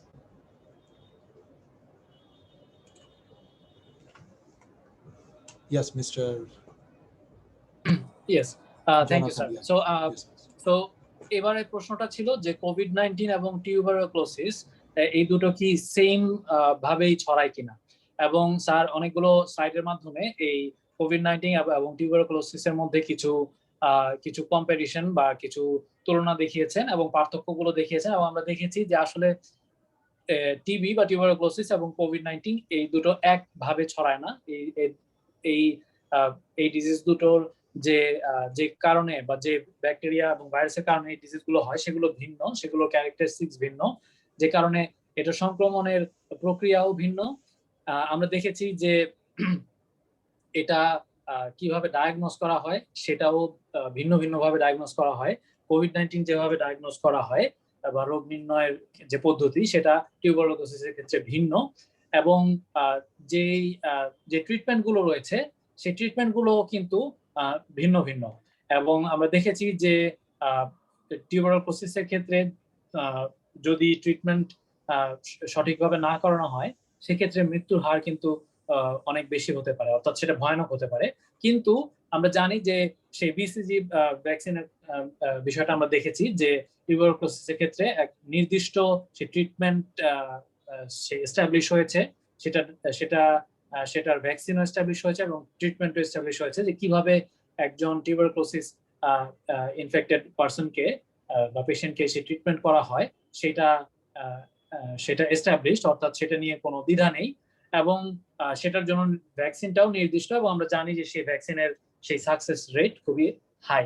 কিন্তু সেটার সাথে তুলনা করলে আমরা দেখি যে COVID-19 এখনো পর্যন্ত সেটা ট্রিটমেন্ট কিন্তু কোনো এস্টাবলিশ হয়নি এখনো পর্যন্ত। বর্তমানে যেটা হচ্ছে যে চিকিৎসকরা তারা সিমটম অনুসারে সেই বিভিন্ন রকমের ট্রিটমেন্ট দিচ্ছেন একজন পেশেন্টের বিভিন্ন সিমটম দেখে, এবং অ্যান্টিবায়োটিক যেটা দেওয়া হয় সেটা হচ্ছে সেকেন্ডারি যে ইনফেকশন গুলো সেগুলোকে সেই ট্রিট করার জন্য বা সেগুলোকে রোধ করার জন্য।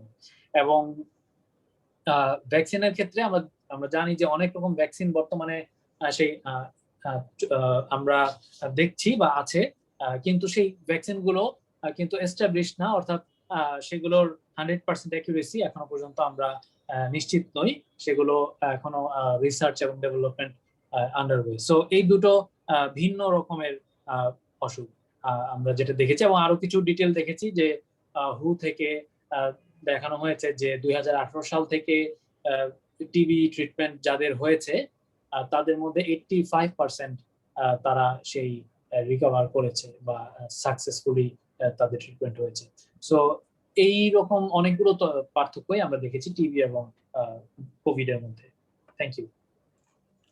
So the next question, what are some of the symptoms of COVID-19? I have already discussed, that is the primary symptoms, cough, fever, shortness of breath, fatigue, and then less frequent symptoms, that is the chills or rigor, and that is the repeated shaking or chills, headache, loss of taste or smell, muscle ache or pain, sore throat, and runny or stuffy nose, and nausea or diarrhea. This is the sign and symptoms of COVID-19. And most common features is the cough, fever, shortness of breath, and fatigue. And then the symptoms requiring immediate medical attention of COVID-19, that is the difficulty breathing or shortness of breath, and persistent pain or pressure in the chest, and new confusion or difficulties walking up, and bluish lips or face. These are the symptoms we mainly related with the oxygen deficiency or the hypoxia. So if a person develop any kind of these symptoms, we must need to admit in the hospital. And the new variant, for the new variant in Bangladesh, what we found, there is some red eye and then chest pain. New variant, that is from the UK variant and the South African variant, causing second wave in Bangladesh. And we found some of the different some of the symptoms in those patients, which may develop the red eye and the chest pain and the pain in the throat and the diarrhea, and then the whitish of the hand and the headache, and then rash onto the body. So these are the mainly symptoms what we found still now. And in case of new variant of Indian new variant also, we found this kind of symptoms, and as well as that may produce oxygen deficiency within or just 48 to 72 hours after the symptom develop, the patient undergone or develop the oxygen or hypoxic level in case of Indian variant. That is the very dangerous. or very risky situation.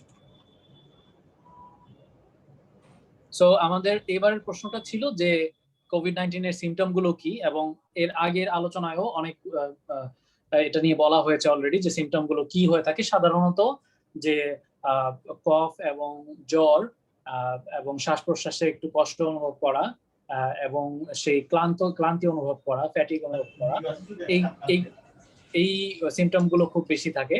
এবং আমরা দেখেছি যে যেগুলো একটু কম, যে symptom গুলো দেখা যায়, সবার এরকম হয় না সংক্রমিত হলে, যে তাদের শরীরে কাঁপুনি অনুভব করেন, শীত অনুভব করেন, এবং সেই মাথা ব্যথা করে, এবং তারা ঘ্রাণ এবং স্বাদ পান না, এবং তাদের সেই শরীরে মাংসপেশিতে ব্যথা করে বা গলা ব্যথা হয়, নাক দিয়ে পানি পড়ে, এই রকমের সেই সিমটম গুলো একটু কম কিন্তু হয়ে থাকে। কিন্তু এর পরবর্তীতে যে ভ্যারিয়েন্ট গুলো আমরা শুনেছি যে সাউথ আফ্রিকান ভ্যারিয়েন্ট এবং ইউকে ভ্যারিয়েন্ট, সেই ভ্যারিয়েন্ট কিন্তু আসলে কিছু নতুন কিছু সেই উপসর্গ দেখা দেয়, যেগুলো আসলে আগে অন্যান্য ভ্যারিয়েন্টে ছিল না। তার মধ্যে আমরা দেখি যে বুক ব্যথা, গলা ব্যথা, ডায়রিয়া হওয়া, হাত পায়ে আঙুলের রংগুলো একটু ফ্যাকাশে হয়ে যাওয়া, মাথা ব্যথা, চামড়ায় সেই ফুসকুড়ি ওঠা, চোখ ওঠা, এইগুলো আগের ভ্যারিয়েন্ট গুলোতে ছিল না। কিন্তু সেকেন্ড ওয়েভে যে ভ্যারিয়েন্ট, সেই ভ্যারিয়েন্টের কারণে কিন্তু এই সিমটম গুলো দেখেছি আমরা। So the next one is what are the organs most affected by the COVID-19? So organs affected, mainly 6 organs. We can say that is the lungs, and then the liver, and then heart, and then kidney, and the brain, and the gastrointestinal system. So what we said, we have already said also earlier, that is in the lung, it causes inflammatory changes in the lungs, and then pneumonitis and severe pneumonia, or we can say the COVID pneumonia, and then respiratory failure, fibrosis, and pulmonary edema, pleural effusion, and pulmonary embolism. This may happen in the lungs.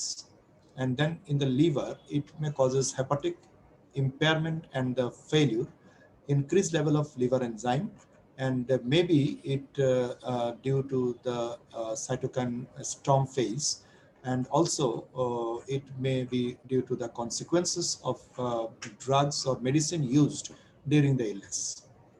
And then the heart disease, such as it may causes the myocarditis or fulminant myocarditis, heart attack or myocardial infarction, and then cardiogenic shock and cardiac arrest. And then it may involve the kidney, it may causes the acute renal failure, and considering person in diabetic and hypertensive, those patients may develop the acute renal failure with COVID-19 infection. And then post-COVID syndrome may include impact on the brain also, that may cause the cerebral stroke or the seizure disorders.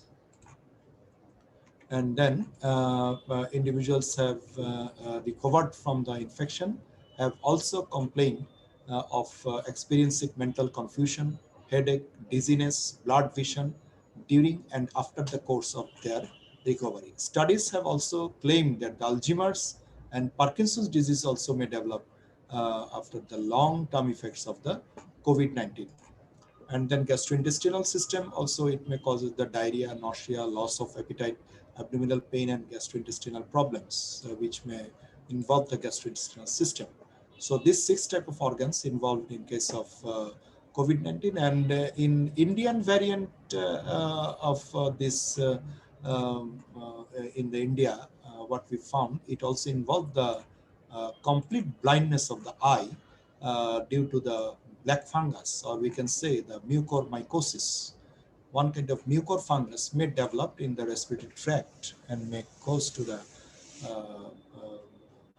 bloodstream, and as well as it may causes the complete blindness. So this one actually is for the doctors. What is still now, it is very much dangerous that this mucormycosis infection may develop in long term of And post-COVID infection, the persons who have taken so much level of antibiotics and long-term steroids, those patients develop this kind of mucormycosis or fungal infection into the respiratory tract, and that may goes to the bloodstream, and that may lead to the complete blindness also. So this is the things, or these are the organs involved in case of COVID-19.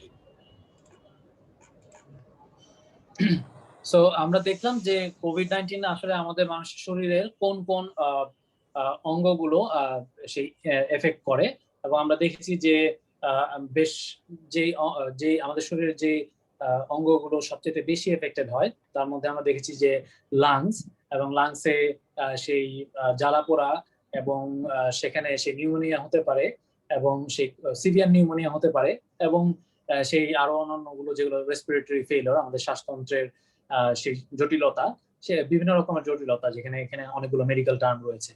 এবং এরপরে আমরা দেখেছি যে আমাদের liver সেটা affected হয়, আমাদের liver ক্ষতিগ্রস্ত হয়, যেটা বলা হয়েছে যে হেপাটিক ইম্পেয়ারমেন্ট এবং ফেইলিওর হতে পারে। এছাড়াও সেই লিভারে যে এনজাইম তৈরি হয় সেটা অনেক সময় বেড়ে যায়। এরপরে আমাদের হার্ট, আমাদের হৃৎপিণ্ডও সে এফেক্টেড হয়, সেখানে বিভিন্ন রকমের সমস্যা হতে পারে, এবং যেটার কারণে আসলে অনেক বেশি সিভিয়ার হলে সেখানে হার্ট অ্যাটাকের সম্ভাবনা আমরা এখানে দেখতে পাই।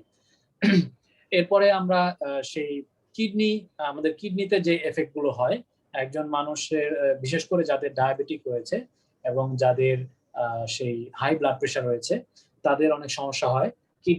কিডনিতে এফেক্ট হলে সেটা সেই অ্যাকিউট রেনাল ফেলিওর যেটাকে বলা হচ্ছে সেটা হয়। এবং তারপরে আমরা দেখছি যে ব্রেইনেও অনেক এফেক্ট করতে পারে সেই কোভিড, এবং এটার কারণে সেই স্ট্রোক হতে পারে, সেরিব্রাল স্ট্রোক, এবং সেই সিজার ডিসঅর্ডার বলা হয়েছে, সেইটার কারণে সেই সমস্যা হতে পারে। এছাড়াও যারা রিকভার করেছে তাদের মধ্যেও অনেক সময় তারা সেই ডিজিনেস ফিল করতে পারেন, বা তাদের মধ্যে অনেক সময় তারা কনফিউশন ফিল করতে পারেন, মাথা ব্যথা থাকে, বা অনেক সময় দৃষ্টিটা ঘোলাটে হয়ে যায়, ব্লাড ভিশন হয়ে যায় সেরকম। এবং লং টার্মে এটা কিছু স্টাডিতে দেখা গিয়েছে যে লং টার্ম এফেক্ট হিসেবে কোভিড-19 যদি কেউ লং টার্ম সেই এফেক্ট হিসেবে চিন্তা করা হয় যে আলঝেইমার এবং পার্কিনসন্স ডিজিজ, এগুলো মানুষের হওয়ার সম্ভাবনা রয়েছে দূর ভবিষ্যতে। এরপরে দেখানো হয়েছে যে আমাদের সেই পরিপাকতন্ত্রে যে ক্ষতিগুলো করতে পারে কোভিড-19, সেটার কারণে অনেকে যাদের সেই ডায়রিয়া হয়, বা সেই আমরা বলি যে সে পেট গুলাচ্ছে, সেরকম অনুভূতি হয়। এবং আরেকটা যে সেই এফেক্ট সেই আমরা দেখতে পাই, বা বিশেষ করে সেই মিউটেট হওয়ার পরে যে রিসেন্ট ভেরিয়েন্ট গুলো, সেগুলোর থেকে সেই ব্ল্যাক ফাঙ্গাস সে দেখানো হয়েছে যে যেটা আসলে দৃষ্টিশক্তি বা আমাদের দৃষ্টি ইন্দ্রিয়টাকে নষ্ট করে দিতে পারে, বিশেষ করে যারা অনেক দিন পর্যন্ত সেই কোভিডে সেই তারা ভোগে, এবং এই সময় যে অনেক বেশি সেই মেডিসিন তারা কনজিউম করে, সেটার এফেক্টও থাকে। এবং ব্ল্যাক ফাঙ্গাস এটা খুব ডেঞ্জারাস, যেটার কারণে আসলে একজন মানুষ সম্পূর্ণভাবে তার দৃষ্টিশক্তি হারাতে পারে। সো এইরকম অনেক এফেক্ট সেই রয়েছে আমাদের শরীরের নানা রকম অঙ্গ প্রত্যঙ্গের উপর। Thank you. So next one, how do we protect ourselves from this coronavirus? The protection, three rules for the safety. Mainly first one, this one, there is always wear mask, always. This is the thing, is always wear face cover or mask, and especially the 3-layered mask, and for the health worker N95 mask, and maintain distance from the others, and wash hands frequently. These 3 rules you must need to follow.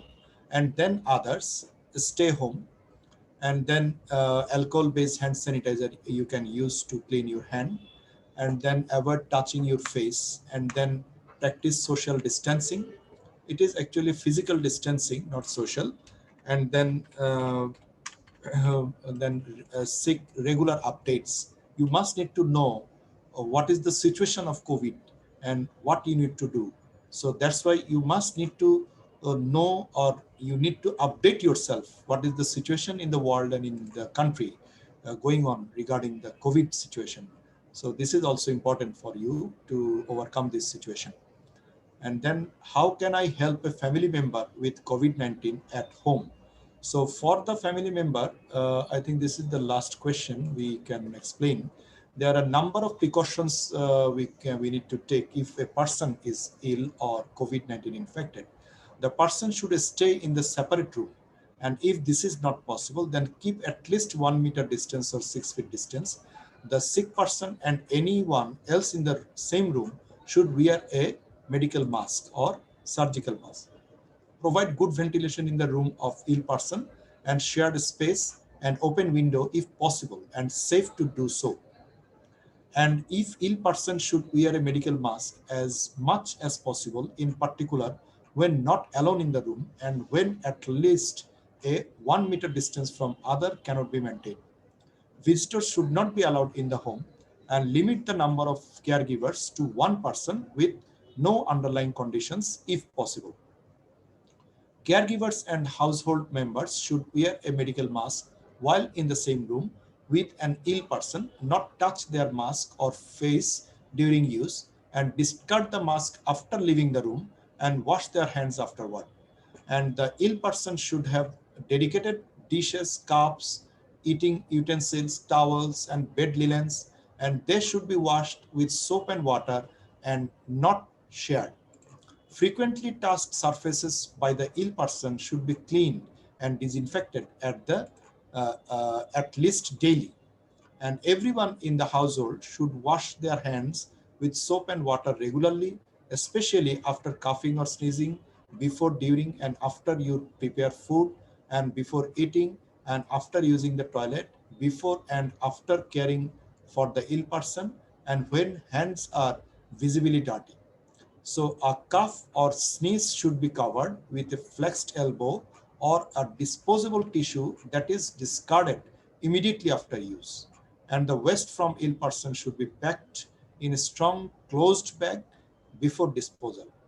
And how long should people with COVID-19 stay at home and in isolation? It is recommended that as the infective phase of this virus, if the patient is need not to admit in the hospital, then from the beginning of the infection or symptoms appear, from the day when the first symptoms appear, after 14 days or up to 14 days, the person need to be isolated.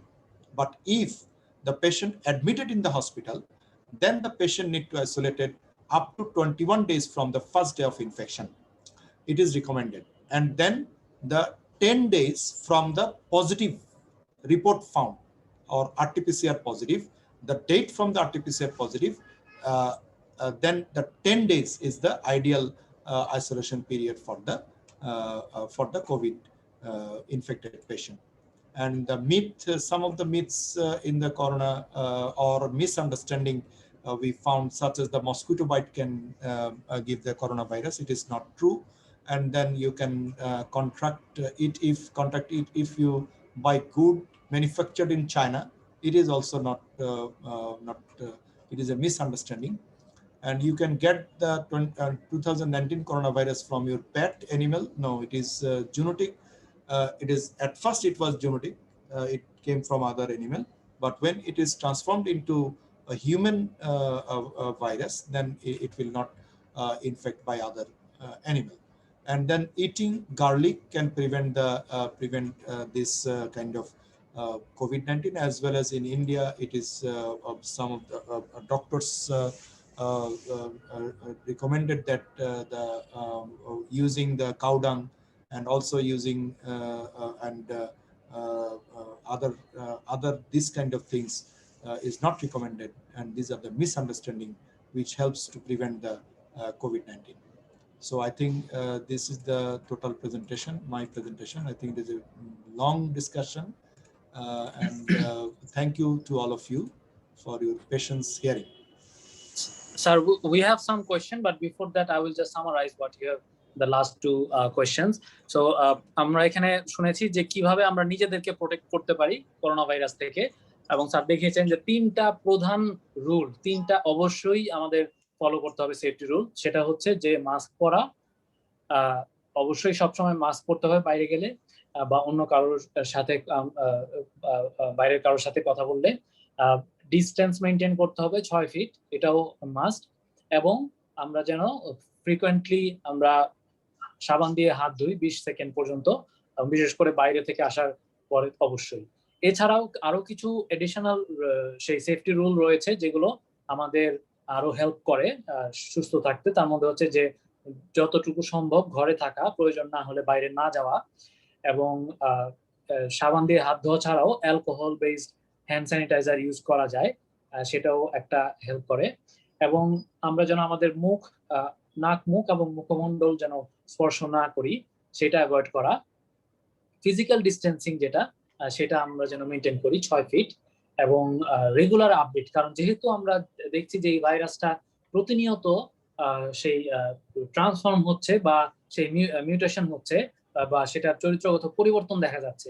তো সেই জন্য আমরা যত বেশি সম্ভব আমরা যদি update থাকি, পাবলিক হেলথ অফিসিয়ালরা কি বলছে বা সেই নির্ভরযোগ্য তথ্য থেকে কি কি তথ্য দেওয়া হচ্ছে সেগুলো যদি আমরা দেখি সংবাদ মাধ্যমে বা অন্যান্য সোর্সে, সেটা আমাদের জন্য হেল্পফুল হবে। কোনো নতুন নির্দেশনা থাকলে আমরা জানতে পারবো। এরপরে আমাদের প্রশ্ন ছিল যে কোনো ফ্যামিলি মেম্বার যদি কোভিড-19 এ আক্রান্ত হয়ে থাকেন, তাহলে আমরা পরিবারের অন্যরা তাকে কিভাবে সাহায্য করতে পারবো। এখানে যারা ফ্যামিলির অন্য মেম্বাররা এবং কেয়ার গিভার, তাদের জন্য কি কি প্রিকশন বা সাবধানতা রয়েছে সেগুলো সম্পর্কে বলা হয়েছে যে যিনি আক্রান্ত ব্যক্তি তাকে অবশ্যই একটি আলাদা রুমে সেপারেটেড থাকতে হবে, এবং সেই রুমে তিনি থাকবেন, ওই রুম থেকে যেন তিনি বাইরে না যান, এবং অন্য যারা রয়েছে তাদের সাথে অবশ্যই 1 মিটার সেই ডিস্টেন্স মেনটেন করতে হবে। এবং যখন তিনি ওই রুমে থাকা অবস্থায় অন্য কেউ সেই রুমে যাচ্ছে, তাহলে যেন অবশ্যই তারা দুইজনেই মাস্ক ব্যবহার করেন, মেডিকেল মাস্ক। সো যিনি আক্রান্ত তিনিও মেডিকেল মাস্ক ব্যবহার করবেন, এবং অন্য কেউ যখন তাকে সেবা দেওয়ার জন্য ওই রুমে যাবে তিনিও যেন মেডিকেল মাস্ক ব্যবহার করেন।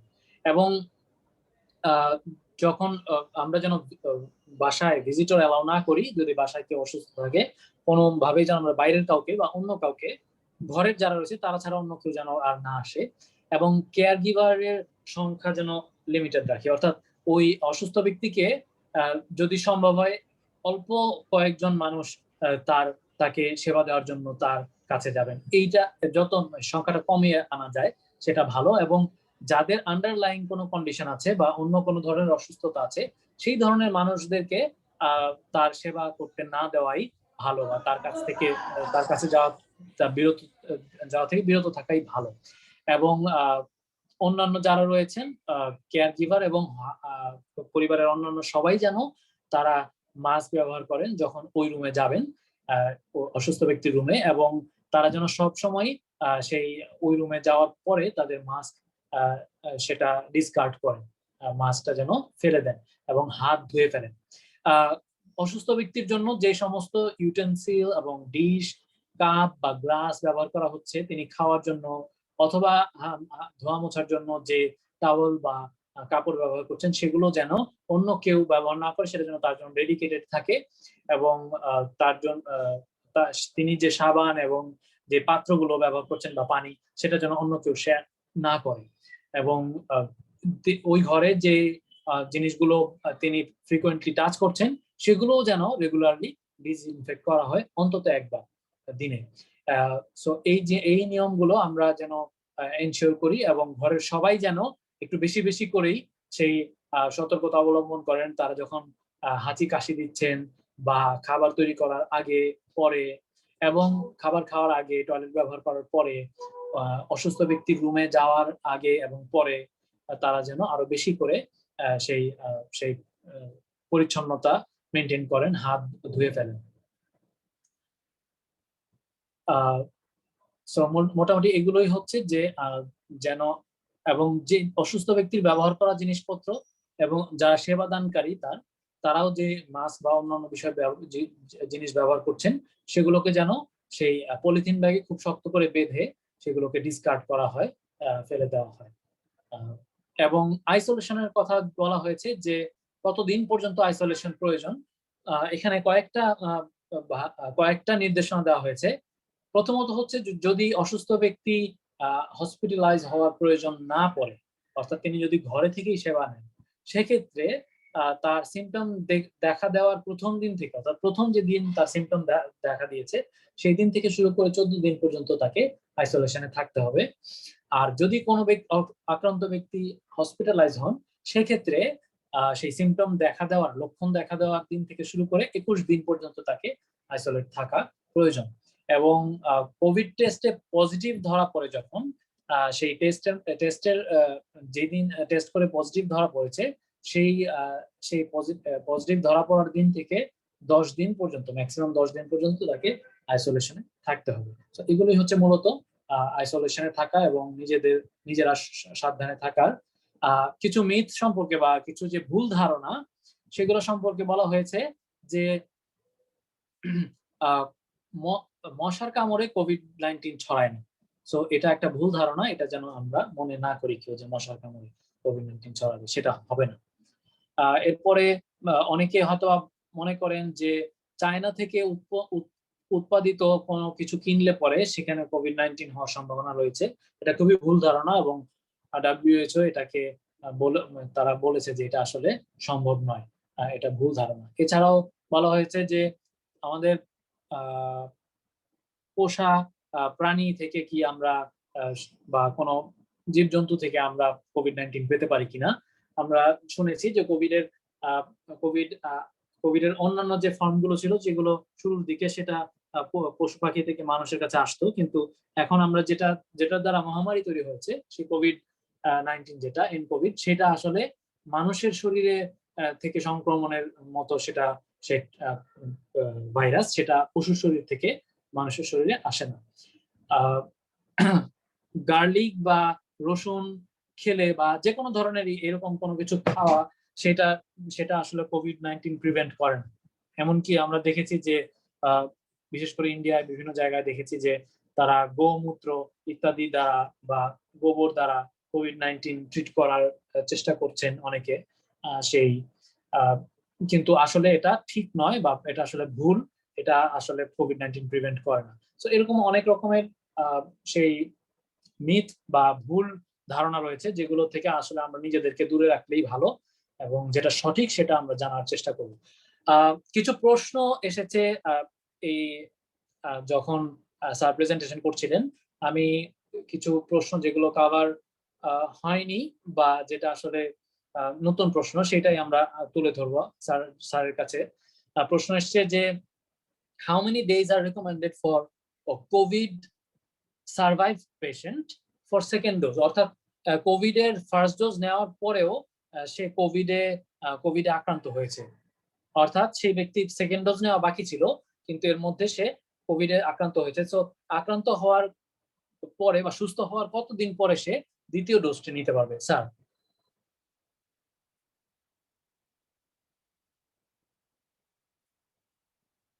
মিউটে রয়েছেন, স্যার আনমিউট করে নেন please. Thank you for the question. For the Covishield vaccine required 2 doses, but mRNA vaccine and other Johnson & Johnson required only one dose. But this Covishield vaccine available in Bangladesh, and this Covishield vaccine required 2 doses, and after giving first dose,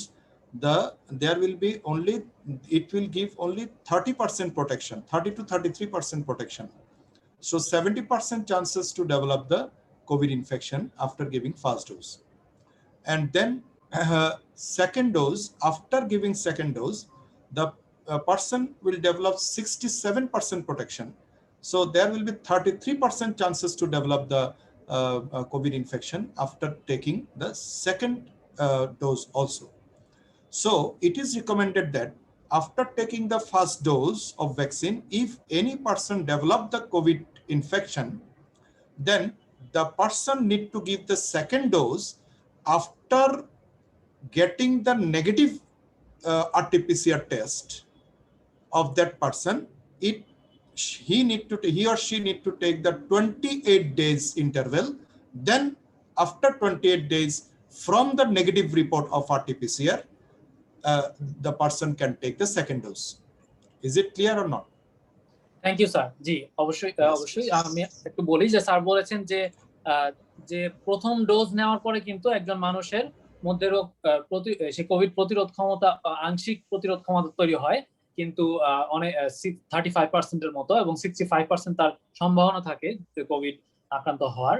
এবং দ্বিতীয় dose নেওয়ার পরে আসলে সেই ব্যক্তির মধ্যে 65 বা 67% মতো তার মধ্যে সে প্রতিরোধ ক্ষমতা তৈরি হয়।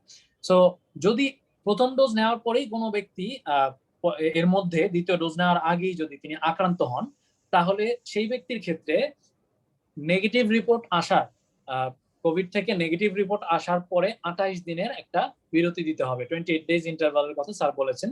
সো 28 দিনের বিরতি দেওয়ার পরে নেগেটিভ আসার পর থেকে 28 দিন তারপরে তিনি দ্বিতীয় ডোজটি নিতে পারবেন।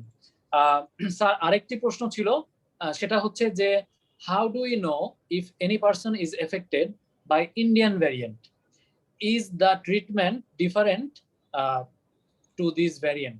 অর্থাৎ ইন্ডিয়ান ভ্যারিয়েন্টে আক্রান্ত হলে কিভাবে জানতে পারবো কি সিম্পটম, এবং সেটার জন্য কি ট্রিটমেন্ট কি ভিন্ন কিনা?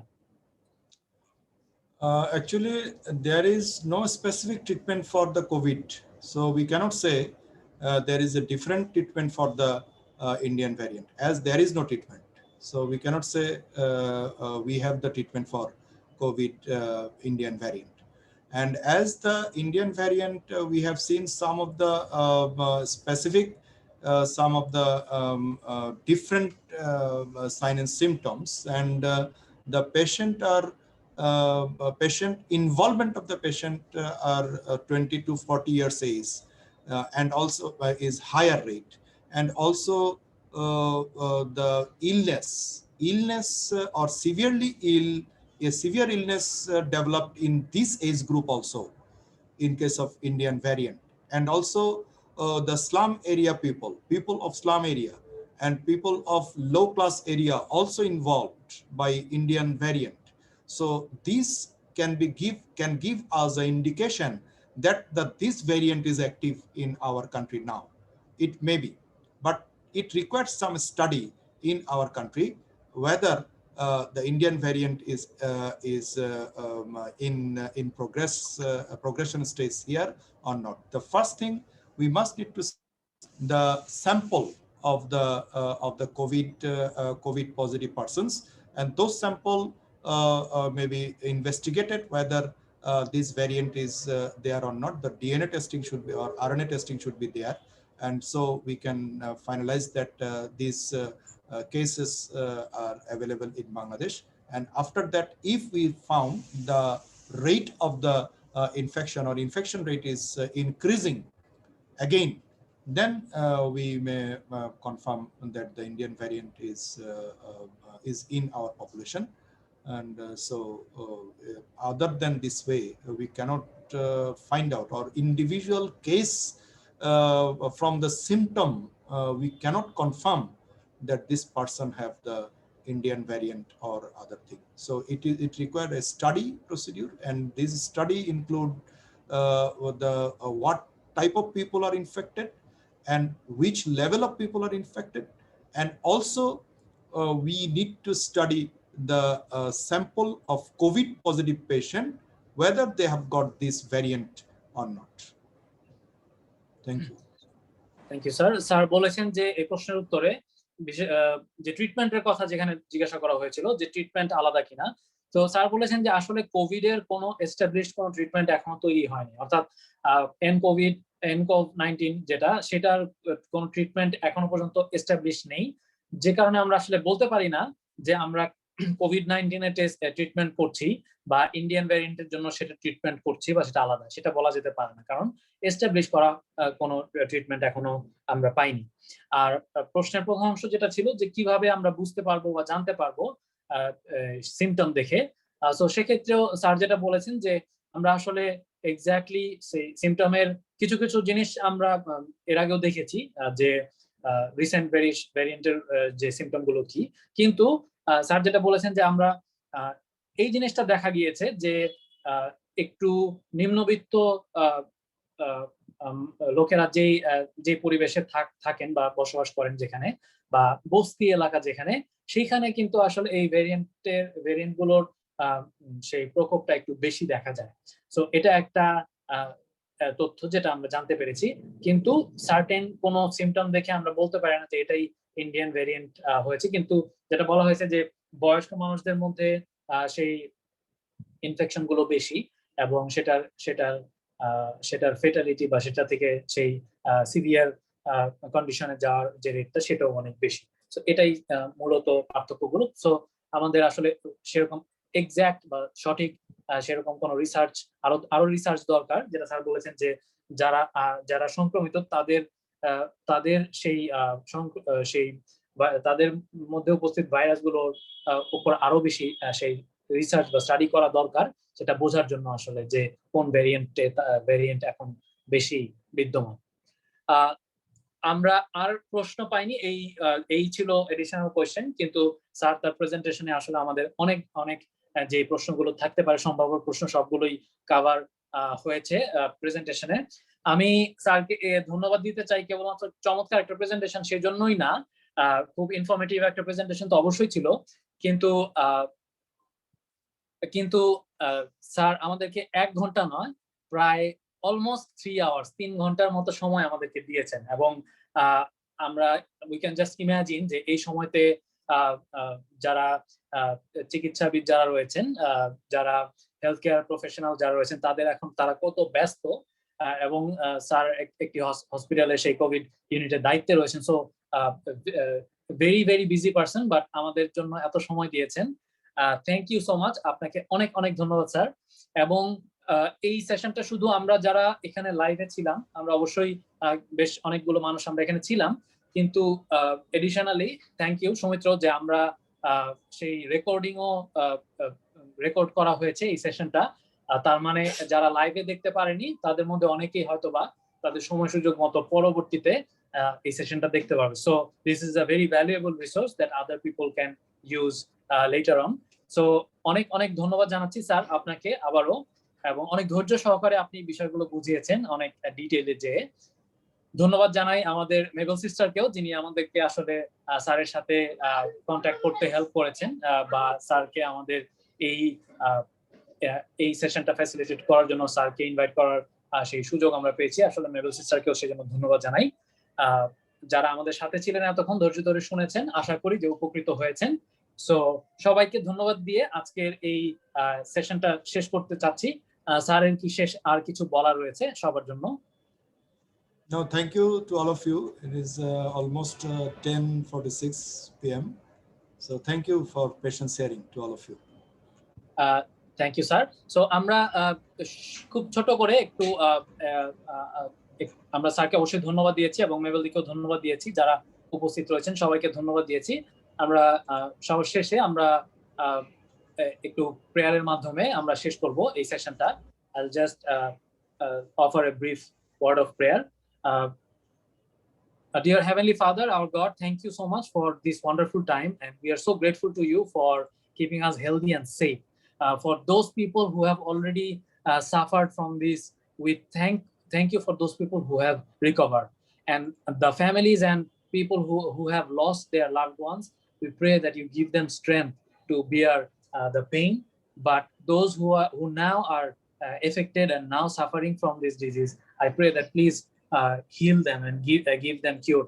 We know that science and all the medical health professionals are going the extra mile. They're working hard. They are so dedicated to serve the patients.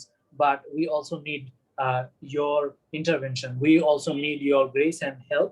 Please help all the families. Especially, I pray that everyone who are present here that can be benefited from what they have learned, that we can implement and utilize this knowledge that we acquired today. We thank you so much for helping us find Dr. Arif for the presentation today, and we are so thankful for his dedication and his time and his selfless offer of his time. Be with us and protect us from this deadly disease. Please take away this pandemic from this earth, and so that we can go back to our normal life. We thank you, and we offer this prayer in Jesus' name. আমরা আমাদের অনুষ্ঠানের শেষ অংশে আছি। ধন্যবাদ জানাচ্ছি আবারও আরিফ স্যারকে তার চমৎকার প্রেজেন্টেশনের জন্য এবং তার সময়ের জন্য। থ্যাংক ইউ এভরিওয়ান, সবাই ভালো থাকেন। যা আজকে আমরা শিখলাম সেগুলো আপনারা আপনাদের নিজেদের পরিবারকে বলেন, যারা এই সেশনে ছিল না, আপনাদের বন্ধুদেরকেও বলেন, আপনাদের সহকর্মীদেরকেও বলেন, এবং যত বেশি সম্ভব এই তথ্যগুলো বা এই ইনফরমেশনগুলো আপনি অন্যদের সাথে সহযোগিতা করেন। যে রেকর্ডিং রয়েছে সেটা যদি আপনি অন্যদের সাথে শেয়ার করতে চান, সেটার জন্য আপনি সৌমিত্র ভাইয়ের সাথে আলাপ করেন যে কিভাবে আরো মানুষকে সেটা আপনি শেয়ার করতে পারেন। সবাইকে ধন্যবাদ জানিয়ে, শুভরাত্রি জানিয়ে এবং সবার সুস্থতা কামনা করে আজকের এই সেশনটি শেষ করছি। অনেক অনেক ধন্যবাদ। Thank you. Thank you, Jonathan, for wonderful translation. Well, thank you, sir, for your valuable time. It's really helpful for us. অনেক ভালো ছিল এবং আমাদের জন্য অনেক ইনফরমেটিভ ছিল এবং চমৎকার বিষয়গুলো যেটা আমরা প্রিপেয়ার হতে পারি এবং কেয়ারফুল থাকতে পারি। এবং থ্যাংক ইউ জনাথন চমৎকার ট্রান্সলেশনের জন্য। Thanks marble sister for introducing us with sir. Thank you. Good night everyone. Good night. Thank you. Good night.